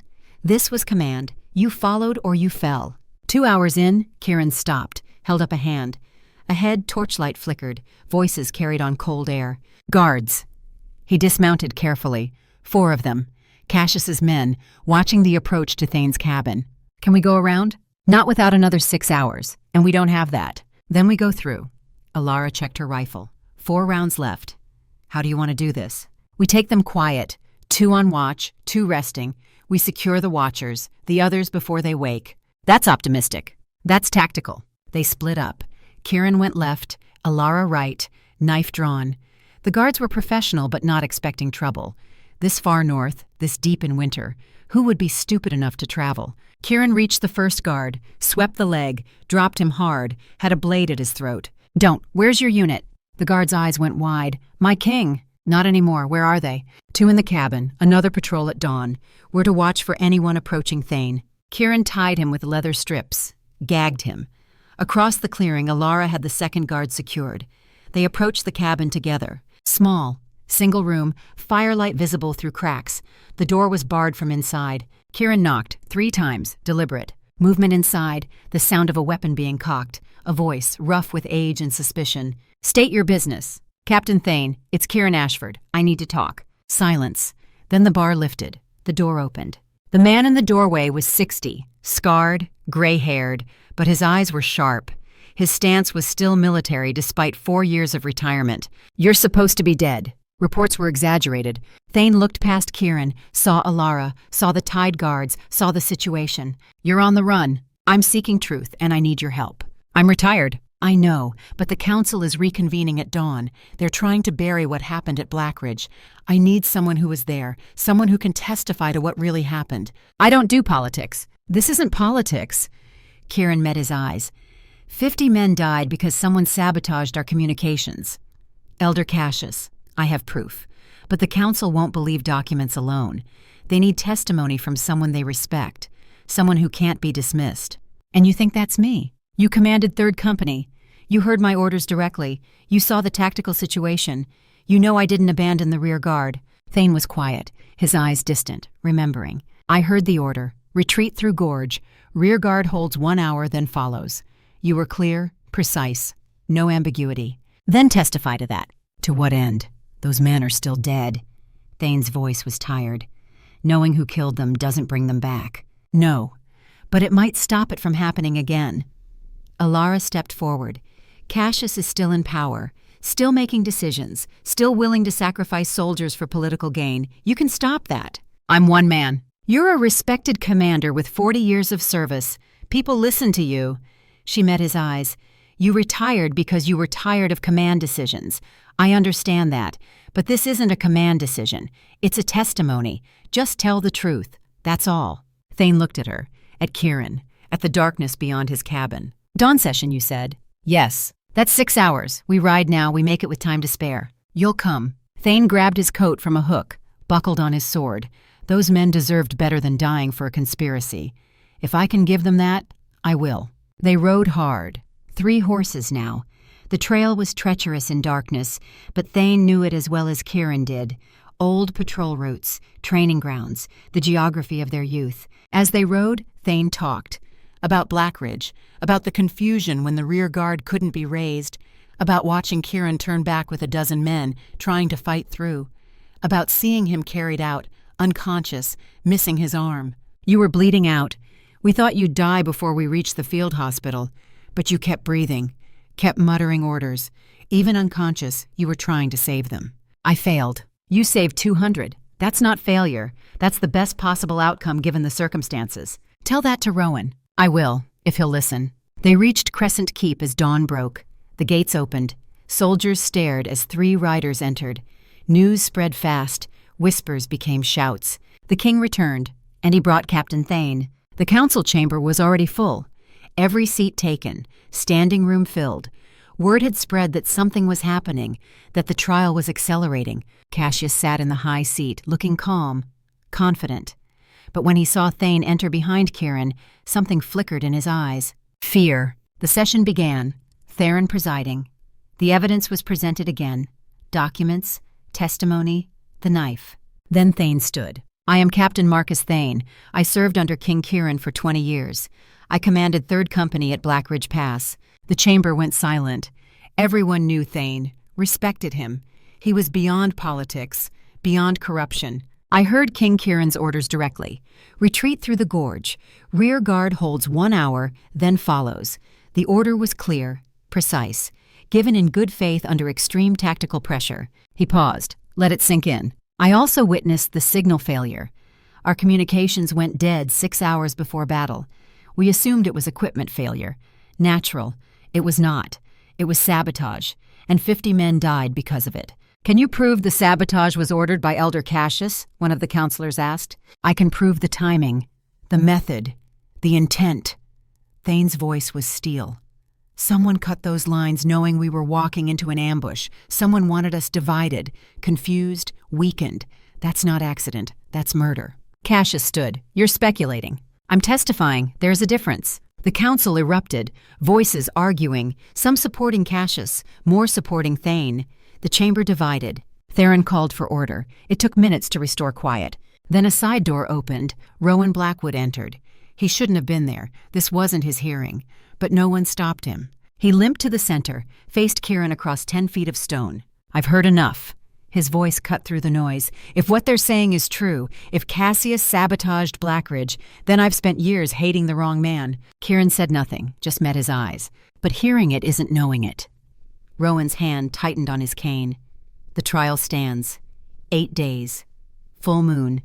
You and me. If you survive, if the truth survives with you, then maybe I'll believe. And if I don't survive, then Cassius wins anyway. Rowan's smile was bitter. So you better not die. He turned, limped out. The chamber watched him go. Cassius's face had gone pale. The certainty was cracking. He looked at the council, at Thane, at the evidence mounting against him. I acted to save this kingdom, he said, voice rising. Everything I did was to prevent endless war, to stop a king who would have destroyed us through aggression. You acted to save yourself. Theron's voice was quiet, deadly. You sacrifice soldiers to maintain your power. That's not governance. That's tyranny. Arrest me then. Cassius spread his hands. Put me on trial. See how well that goes when half this council supports me. Consider yourself under arrest. Theron nodded to guards. They stepped forward. Cassius laughed. You think this ends it. Half the kingdom believes I'm right. That Kieran is dangerous, cursed, unfit. 8 days proves it. When he shifts, When the beast takes over, they'll see what I see, a monster wearing a crown. The guards took him, led him away. He went without resisting, confident even in chains. The council adjourned in chaos. Too many voices, too many opinions, no consensus. Kieran stood alone in the chamber afterward, looking at the names on the wall. The 50 dead. 8 days, he said quietly. One way or another, this ends. Elara stood beside him. You're ready. No, but I'm committed. That'll have to be enough. They returned to their room. 7 days until full moon. 7 days until the curse rose and everything hung in balance. That night, Kieran dreamed of Blackridge again.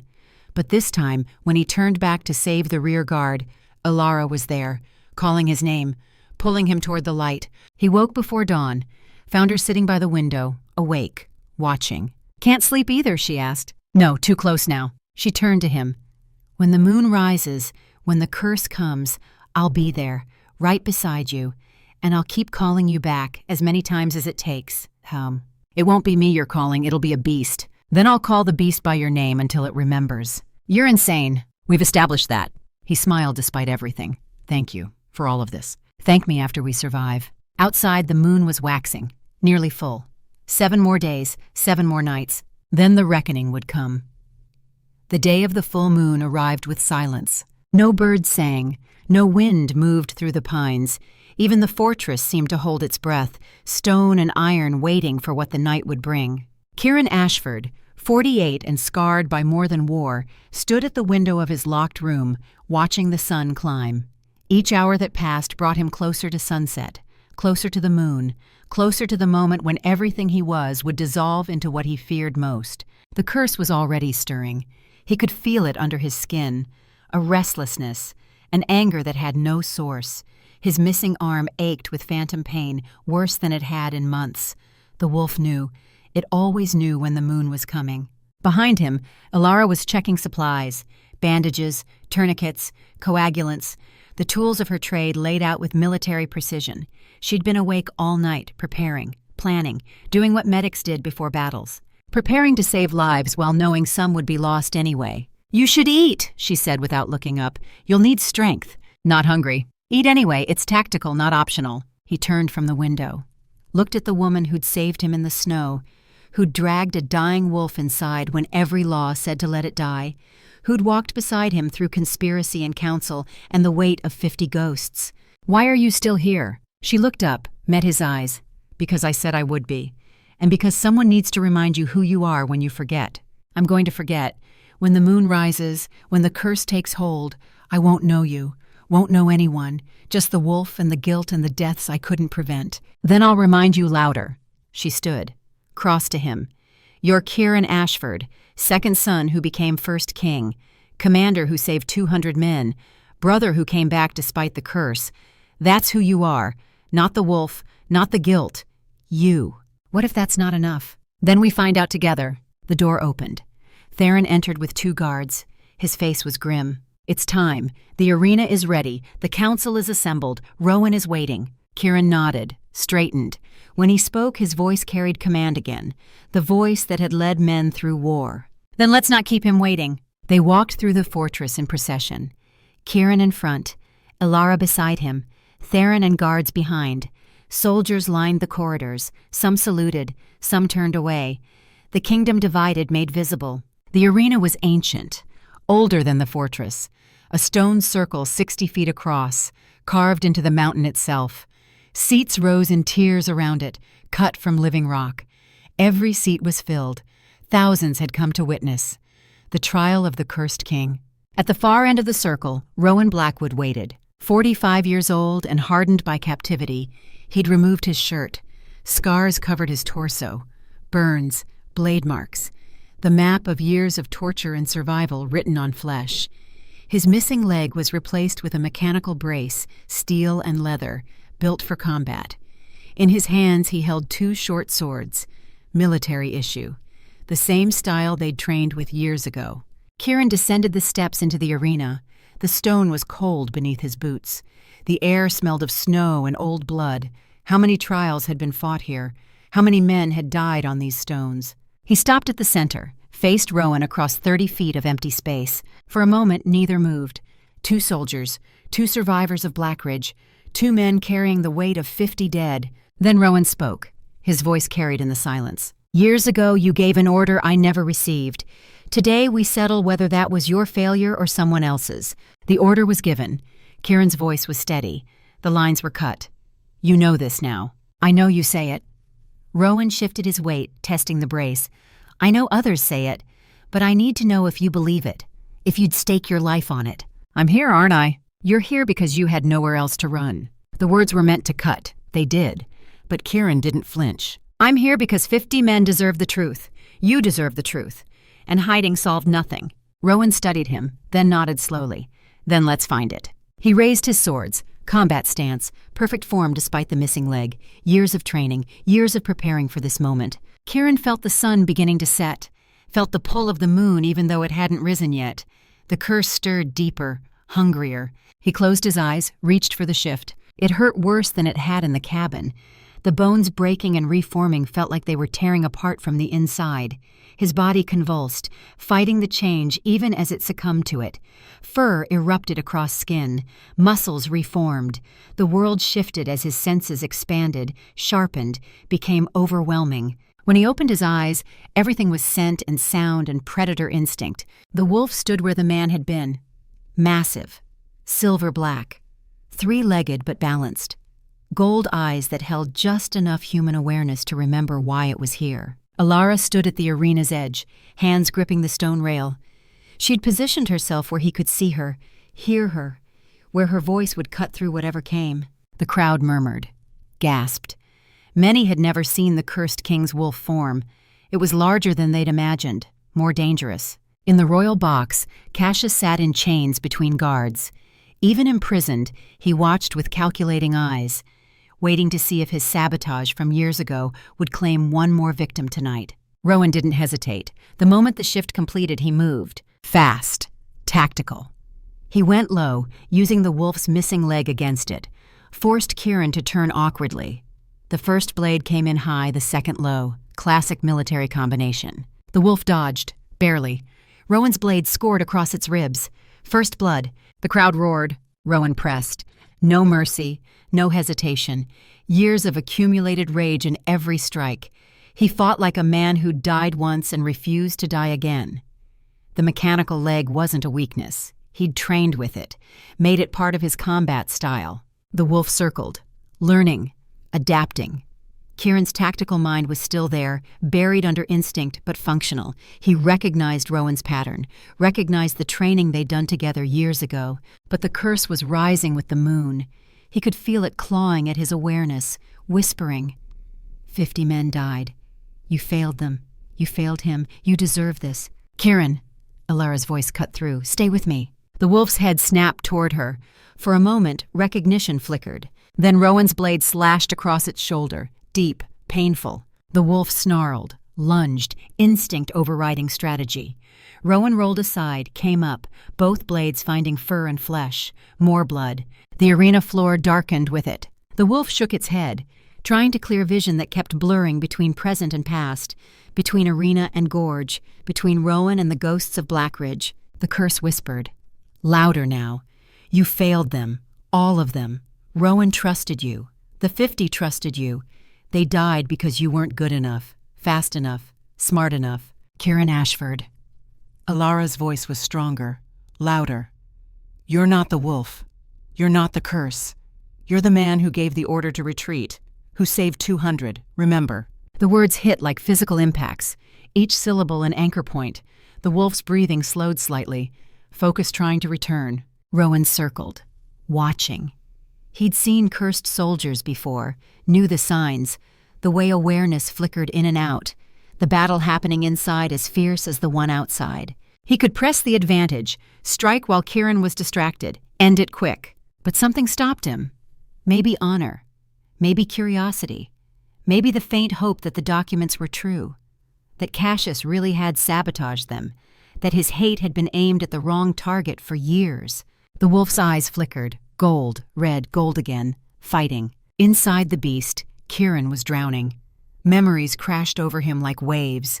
The gorge, the ambush.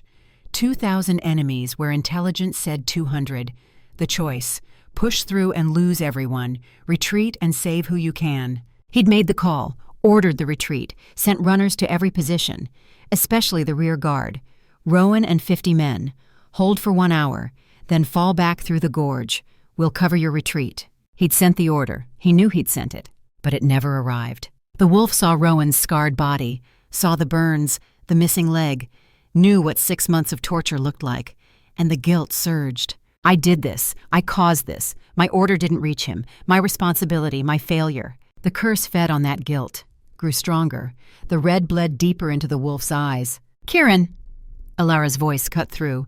Her tone changed, sharper, more commanding. "You're lying to yourself. You didn't cause the torture. You didn't cut the signal lines. You didn't sabotage your own men. Cassius did that, not you." The wolf's head turned toward her.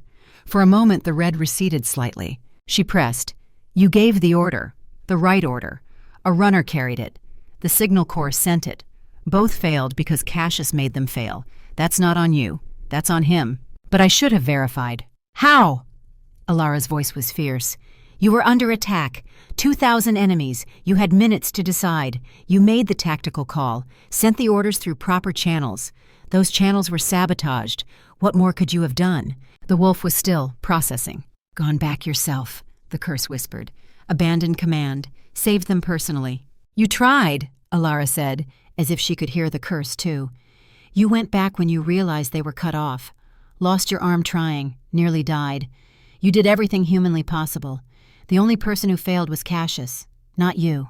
The wolf's breathing deepened. The red flickered, weakened. Rowan saw it happening, saw the internal battle, and made a choice. He sheathed one sword, lowered the other, stepped closer to the wolf. "Kieran." His voice was quiet but clear. "I need you to hear this. Really hear it." The wolf's eyes fixed on him, gold struggling against red. "I blamed you, hated you, told myself you were a coward who abandoned us." Rowan's voice was steady. "I believed it because Garen believed it. Because the Nightbane captors told us over and over. Because it was easier than accepting that our own people betrayed us." He took another step. Close enough now that the wolf could strike, could kill him in one lunge. "But I was wrong. The evidence Mira found, the signal corps logs, the cut lines, the payments to Cassius, it's all real. I've verified it myself, spent weeks going through every document, every witness, every piece of proof." The wolf watched, listened. "You didn't abandon us. You gave the order to retreat. Standard tactical decision. Save who you can. We were supposed to hold 1 hour, then follow. That's basic rearguard protocol. I've used it myself a dozen times." Rowan's voice grew stronger. The signal failure wasn't equipment malfunction. It was sabotage.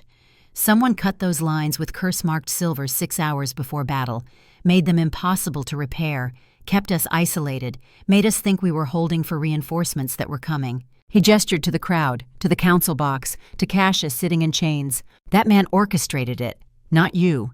You were the target, not the perpetrator. He wanted you to fail, wanted civil war, wanted the pack weakened, and he used us, used our deaths, used our suffering to destroy you." The wolf's head lowered slightly, the red in its eyes dimming. "So when you carry us, when you carry the 50, you're carrying his victims, not your failures." Rowan's voice broke. "We died because someone betrayed us, not because our commander made a bad call. There's a difference." The wolf made a sound, low, pained, grief without rage. But the moon was rising higher, full and bright. Its light flooded the arena. The curse roared, demanded surrender, demanded the wolf forget, demanded it kill. Memories flooded. Not just Blackridge now, every battle, every loss, every soldier who'd died under Kieran's command over 20 years. Faces, names, final words, the weight of every decision that had cost lives. Marcus, his brother, dying during negotiations. Kieran had wanted to send more guards, had worried the enemy wasn't sincere, but Marcus had overruled him. Gone anyway, died anyway. "Your fault, you should have insisted, should have demanded." Private Chen, bleeding out from a chest wound during the border wars. Medic couldn't reach her in time. She'd been assigned to forward position on Kieran's orders. "Your fault, wrong position, wrong timing, dead because of you." Sergeant Mora, caught in an avalanche during mountain patrol. Kieran had approved the route, standard path, safe under normal conditions, but the snowpack had been unstable. "Your fault. Should have checked. Should have known. Dead because of you." The curse pulled them all forward. Every death, every loss, 20 years of command decisions, hundreds of faces, each one asking why. Why did you survive? Why did we die? Why weren't you good enough to save us? The wolf's legs buckled, the weight crushing, impossible to bear. Kieran. Elara vaulted the rail, dropped into the arena, ran toward him. Kieran Ashford. Listen to my voice. The wolf turned, saw prey. Instinct screamed to hunt. But Elara didn't stop, didn't slow. She walked straight toward the wolf until she stood within striking distance. You are not your guilt. She spoke clearly, firmly, each word deliberate. You are not the 50 who died. You are not the hundreds you've lost over 20 years. You are not every death that happened under your command. She took another step, closer. You are the 200 who lived at Blackridge. You are the thousands you've saved in 20 years of service. You are every soldier who survived because you made the hard calls, because you chose retreat over glory, because you valued lives over victories. The wolf snarled, red eyes locked on her. I know you're in there. I know the curse is loud, but I'm louder. She stepped closer, raised her hand, placed it on the wolf's scarred chest where the curse mark burned beneath fur. Heat seared her palm. The mark flared bright, gold mixing with red, fighting. Come back, she whispered. You're not alone in this. You don't have to carry them by yourself anymore. Let us help. Let us share the weight. She pressed harder, her voice rising. You're Kieran. Not the curse, not the beast. You're the commander who saved his men, the brother who came back, the king who chose service over power. You're the man who let me drag him inside when he could have died in the snow. You're the soldier who kept fighting when everyone said surrender. You're the leader who faced his accuser instead of running. That's who you are. The wolf's breathing was ragged, every muscle trembled, the curse pulling one way, her voice pulling another. Then Rowan was there, beside Elara, hand on the wolf's other shoulder, his touch firm, steady. You're my king. You're my commander, and I forgive you for what you couldn't control. I forgive you for Blackridge. I forgive you for the signal failure. I forgive you for my captivity. I forgive you for the 6 months of torture. I forgive you for the years I spent hating you. None of it was your fault. Do you hear me? None of it. The words hit like hammer blows. The wolf's legs buckled. Captain Thane appeared at the arena's edge, shouted down, So do I. Third Company forgives you. We know the truth now. We know Cassius sabotaged the lines. You didn't abandon us. You tried to save us. That's all anyone can ask. Other voices joined. Soldiers in the crowd, men who'd served at Blackridge, women who'd lost family there. One by one, they stood.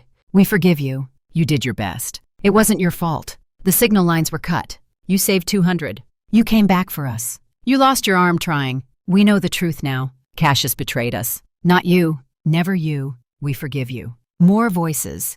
From soldiers who'd served under Kieran in other campaigns, from citizens who'd been protected by his decisions, from people who understood that leadership meant impossible choices. You saved my husband at the border. You evacuated our village before the raiders came. You ended the war with Nightbane. You built the defenses that protect us. You've served for 20 years. You've given everything.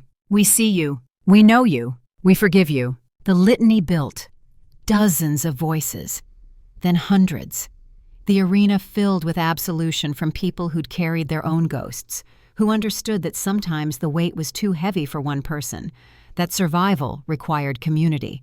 The curse mark blazed, brighter than before, the gold and red swirling, fighting for dominance. Elara's hand burned where it pressed against the wolf's chest, but she didn't pull away, didn't flinch, just kept her palm there, steady, anchoring. You're not alone, she said again, softer now. You've never been alone. We've been carrying you too. All of us. Every soldier you saved, every life you protected, every decision you made that prevented more deaths. We carry that. We carry you, the way you carried us. The wolf threw back its head and howled. Not rage this time, not pain, release. The sound echoed across stone, across mountains. A cry that held 20 years of grief and guilt and weight finally acknowledged, finally shared. The red began to fade from its eyes, slowly, like blood washing away in rain. Gold returned, clear, human, aware. The curse mark pulsed once more, then settled. Still there, still visible, but changed. The red gone. Only gold remaining, not a chain anymore. A tool, a shape that could be chosen, not imposed. And for the first time in years, when the full moon rose, Kieran Ashford remained himself within the wolf. The transformation didn't reverse. He was still beast, still dangerous, three-legged and massive and capable of killing. But the mind behind the eyes was his own. The curse no longer ruled. It had become something he wore, a form he inhabited, not a prison. The wolf collapsed. Elara caught it, held 300 pounds of exhausted beast as it shook with something between laughter and sobs. Slowly, deliberately, Kieran let the shift reverse. Fur receded. Bones reformed with less pain this time. As if the body remembered how to change without fighting itself, the man returned. He knelt in the arena, Elara's arms around him, Rowan's hand still on his shoulder. Blood streaked his skin from a dozen wounds, but his eyes were clear, gold without red, curse without madness. "I'm still here," he whispered. "I'm still me." "Yes." Elara held him tighter. "You are. How did it work?" "You stopped carrying them alone." Rowan's voice was quiet. "That's all it took, letting us help." Kieran looked at him, at the scarred soldier who'd hated him for years, who'd demanded trial by combat, who'd stood beside him when the curse tried to take him. "I'm sorry," Kieran said, "for all of it, for Blackridge, for what you endured, for the years you spent thinking I'd abandoned you." Rowan met his eyes. "I know, and I forgive you, truly." For a long moment they just looked at each other, two soldiers who'd been broken by the same betrayal, who'd found their way back through truth. Then Rowan extended his hand. Kieran took it, one-armed grip meeting one-legged stance, both of them scarred, both of them surviving. "Brothers," Rowan said. "Brothers," Kieran agreed. The crowd was silent, watching, processing what they'd witnessed. The cursed king had faced the moon, had been pulled back from the edge by community, by forgiveness, by truth. In the royal box, Cassius's face had gone ashen. This wasn't supposed to happen. The curse should have won. The wolf should have killed someone, proven Kieran unfit, divided the kingdom further. But the wolf had been tamed, not by power, not by magic, by the very thing Cassius had tried to destroy. Truth, forgiveness, trust shared among people who chose to stand together. Theron stood, called out across the arena. "The trial is complete. The accused has faced his accuser, has proven his control over the curse, has earned the forgiveness of those who were wronged. The Crown recognizes Kieran Ashford as fit to serve this kingdom in whatever capacity he chooses." Not everyone agreed. Half the crowd erupted in protest, shouting, angry. They'd wanted blood, wanted punishment, wanted the cursed king to fail. But the other half drowned them out, cheering, celebrating, chanting Kieran's name. The kingdom dividing along new lines, those who believed in punishment versus those who believed in redemption. Guards surrounded Cassius, lifted him to his feet. He rose slowly, chains rattling. Even now, his face showed no remorse, only calculation. "This isn't over," he called out, his voice carrying across the arena. "Half this kingdom knows I'm right. You can't govern through sentiment and forgiveness. The curse still exists. The danger remains. One day you'll prove me right." "Maybe," Kieran said quietly, "but I'd rather risk compassion than guarantee cruelty." Cassius smiled, thin, cold. "We'll see. History will judge which of us was right." "History already has," Theron said. "You're being led away in chains. He's standing free. That's judgment enough." Cassius was escorted from the arena, still defiant, still certain his way was right. Some in the crowd nodded as he passed, agreed with him, believed the cursed king was too dangerous, that mercy was weakness. They always would. No amount of evidence would change some minds. But more minds had changed than hadn't. More people chose truth over fear, forgiveness over hate, community over isolation.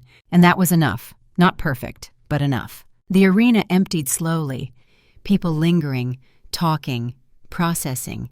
Some embraced Kieran as he left, others turned away.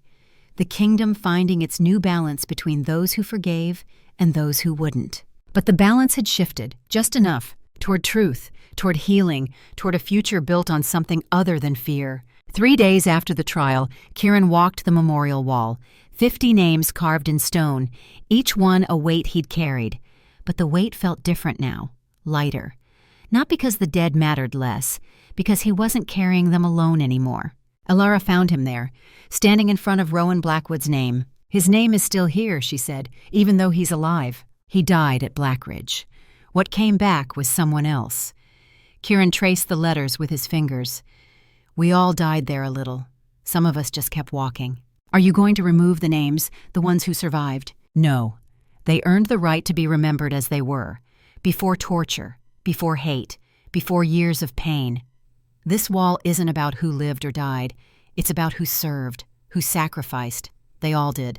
She stood beside him, shoulder to shoulder. What happens now? Now we rebuild.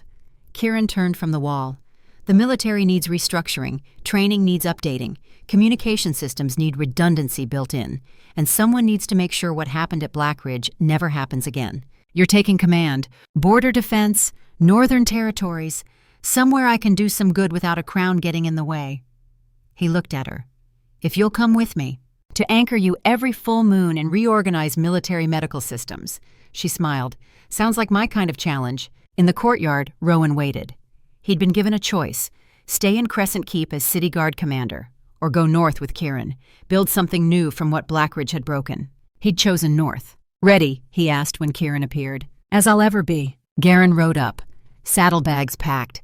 He'd accepted a position as northern liaison to Nightbane Pack, bridge building, diplomacy, using his knowledge of their territory and tactics for peace instead of war. Lady Mira appeared with final orders from Theron.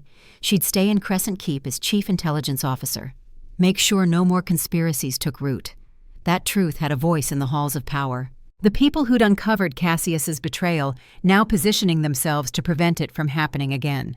They rode out together, 4 people who'd walked into hell and somehow walked back out, not unchanged, but unbroken. The council met that evening to formalize the new structure.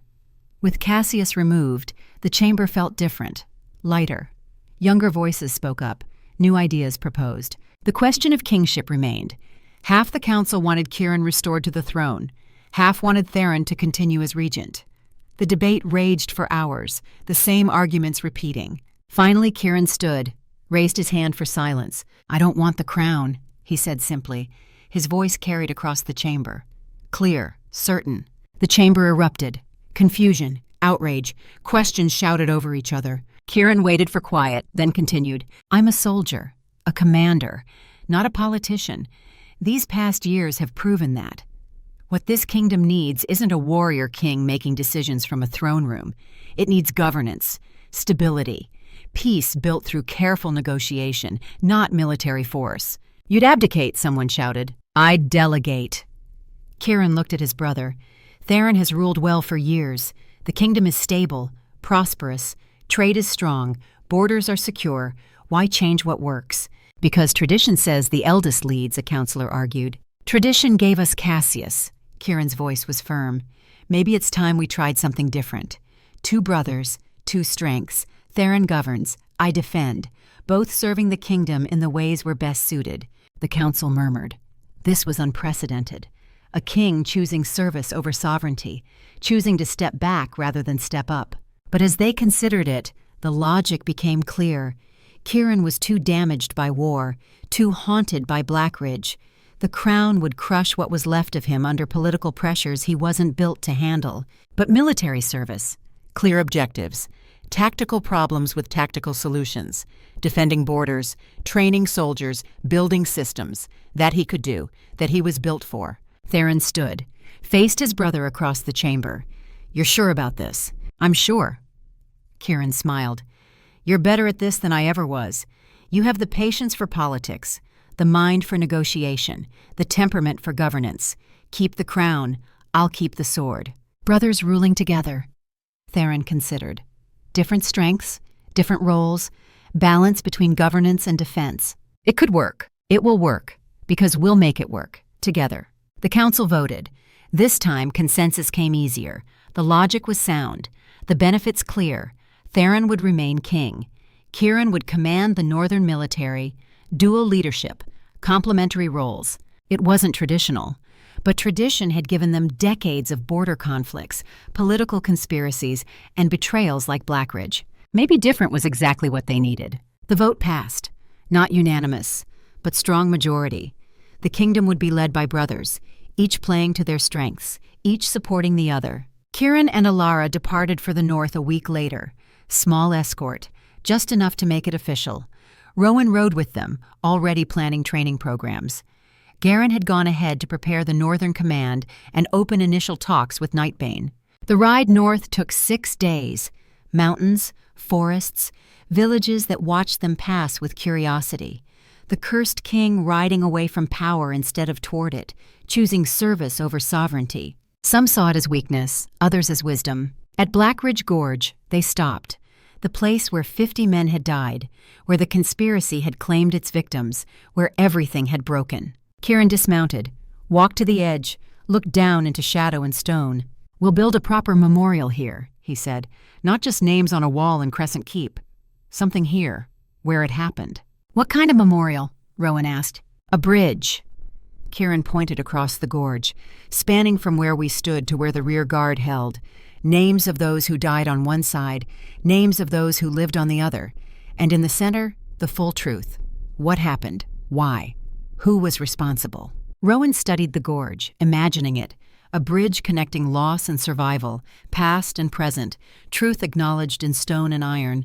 "What should it say?" he asked. Kieran was quiet for a moment, then said that they died believing help was coming, that help tried to reach them but was prevented, that they were betrayed by Cassius Vale, not abandoned by their king, that they're remembered not as failures, but as heroes who did their duty even when that duty was built on lies. "I can live with that." They stood together at the edge, 2 soldiers who'd both lost part of themselves in this gorge, who'd both spent years carrying ghosts from this place. But the ghosts felt different now, less like chains, more like companions, reminders of what they fought to prevent, of why truth mattered, of the cost of betrayal and the value of trust. "We should add one more thing," Rowan said, "to the memorial." "What?" "That we forgave. Not forgot, not excused, but forgave. Because that's what broke the curse. That's what let us move forward." Kieran nodded. "I'll make sure it's there." They remounted, continued north, the gorge behind them, the future ahead. The northern command post was smaller than Crescent Keep, functional, built for defense, not display. 300 soldiers garrisoned there, protecting the border and maintaining watch on Nightbane territory. The soldiers assembled when Kieran arrived, looked at their new commander, saw the missing arm, the scars, the gold eyes that marked the curse. Some had fought at Blackridge, remembered. Others were new, heard stories. All were uncertain. Kieran stood before them, spoke plainly. "I'm Kieran Ashford. I commanded at Blackridge Pass, made a tactical decision that saved 200 and lost 50. I've carried that for years. Will carry it for the rest of my life." He paused. Let them see him, scars and all. "I'm also cursed. Every full moon I shift, become something dangerous, but I've learned to control it. With help, with anchoring, with community. You'll see that. Some of you will help with that, because this command works together or doesn't work at all." The soldiers watched, listened. "I'm not here to be king. I'm here to command, to protect, to make sure what happened at Blackridge never happens again. That means honest communication, clear orders, redundant systems, trust that flows both ways." He met their eyes, each one. "If you can't serve under a one-armed, cursed commander who failed once and is determined not to fail again, speak now. Transfer requests will be honored. No judgment." No one moved. A veteran soldier in the front raised his hand. Kieran nodded. "Sir, I was at Blackridge, 2nd Company. You gave the order to retreat. It saved my life. Whatever else happened, that matters." The soldier paused. "I'll follow you again, if you'll have me." Other hands went up. Blackridge survivors, men and women who'd been there, who knew the truth now. "I'll follow." "So will I." "Count me in." Kieran's throat tightened. "Thank you, all of you." "Then let's get to work," Rowan said, stepping forward. "I'm your new training master, and I've got a lot to teach you about fighting smart instead of just fighting hard." The soldiers laughed, tension breaking, and the Northern Command began its transformation from garrison to community. The years that followed were hard but productive. Kieran restructured everything, updated tactics, improved communication systems with triple redundancy, made sure every signal line had backup, every order had confirmation, every decision had oversight. The curse remained. Every full moon, Elara anchored him. Sometimes Rowan joined, sometimes others. It became routine, part of the rhythm of military life. Moon rises, commander shifts, team anchors, community carries. It worked, not perfectly, but it worked. Rowan taught adaptive combat, showed soldiers that disability wasn't limitation, just different capability. How to fight with missing limbs, impaired vision, chronic pain, how to compensate, adapt, overcome. The recruits loved him, feared him, respected him. He was proof that surviving wasn't enough. You had to thrive. Kieran negotiated with Nightbane Pack, slowly rebuilt relationships that had shattered after years of border conflicts. Trust came in inches, agreements in careful steps, but it came. Peace, real peace, built on honest communication and mutual respect. Elara ran the medical corps, trained field medics, taught them not just to heal wounds, but to recognize trauma, to understand that soldiers carried more than physical scars, that healing required addressing the whole person, not just the injury. She revolutionized battlefield care, reduced mortality rates, created systems that saved countless lives, and every full moon she anchored Kieran, called him back from the edge, reminded him who he was when the curse tried to make him forget. Partnership, built through crisis, sustained through choice. 3 days after the trial, Kieran walked the memorial wall. 50 names carved in stone, each one a weight he'd carried. Elara found him there, standing in front of Rowan Blackwood's name. His name is still here, she said, even though he's alive. He died at Blackridge. What came back was someone else. Kieran traced the letters. We all died there a little. Some of us just kept walking. Are you going to remove the names, the ones who survived? No. They earned the right to be remembered as they were. Before torture, before hate, before years of pain. She stood beside him, shoulder to shoulder. What happens now? Now we rebuild. Kieran turned from the wall. The military needs restructuring, training needs updating, and someone needs to make sure what happened at Blackridge never happens again. You're taking command. Border defense. Northern territories.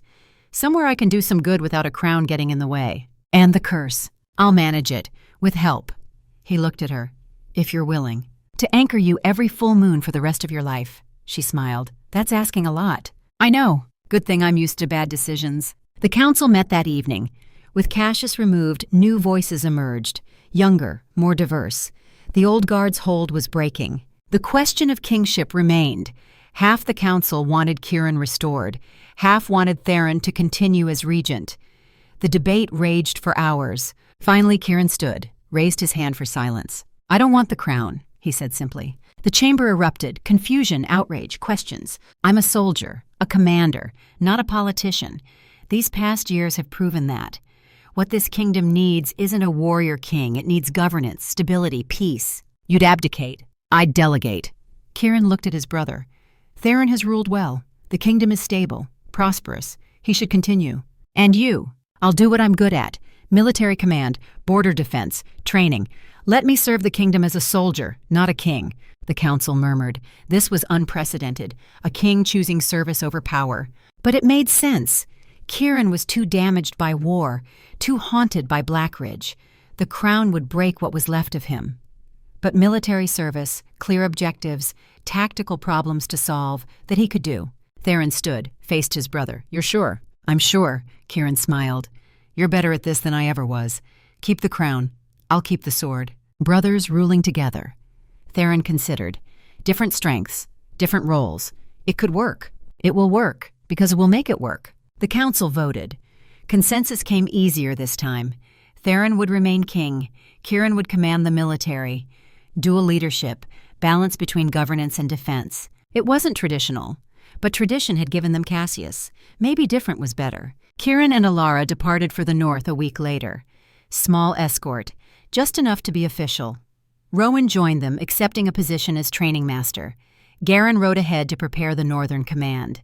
Lady Mira stayed in Crescent Keep, now serving as chief intelligence officer. The people who'd uncovered the truth now building something from it. The ride north took 6 days. At Blackridge Gorge, they stopped. We'll build a proper memorial here, Kieran said.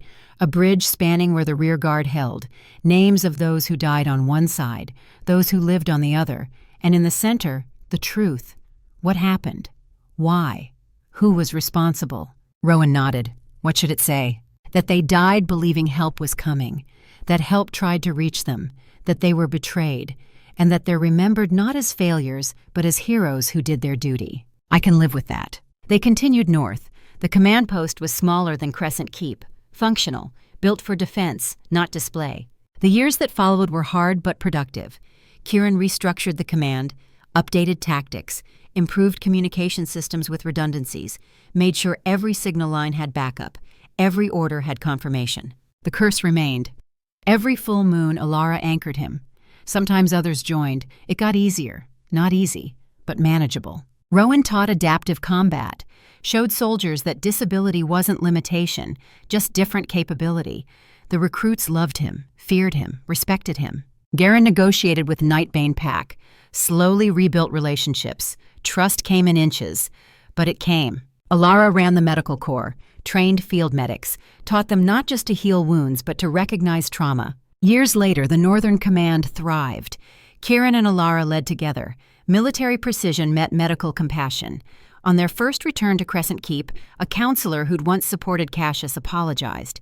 Theron unveiled the memorial bridge at Blackridge, spanning the gorge where the rear guard fell.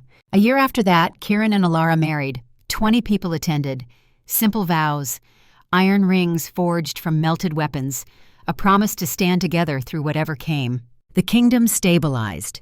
Cassius died in exile, old and forgotten. Rowan eventually retired to teach village militia. Garen brokered permanent peace with Nightbane. Each year they gathered at the gorge, read the names, told the stories, made sure truth survived.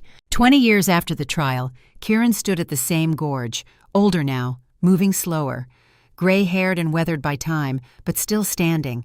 Elara stood beside him. Her hands were gentler with age, but still capable.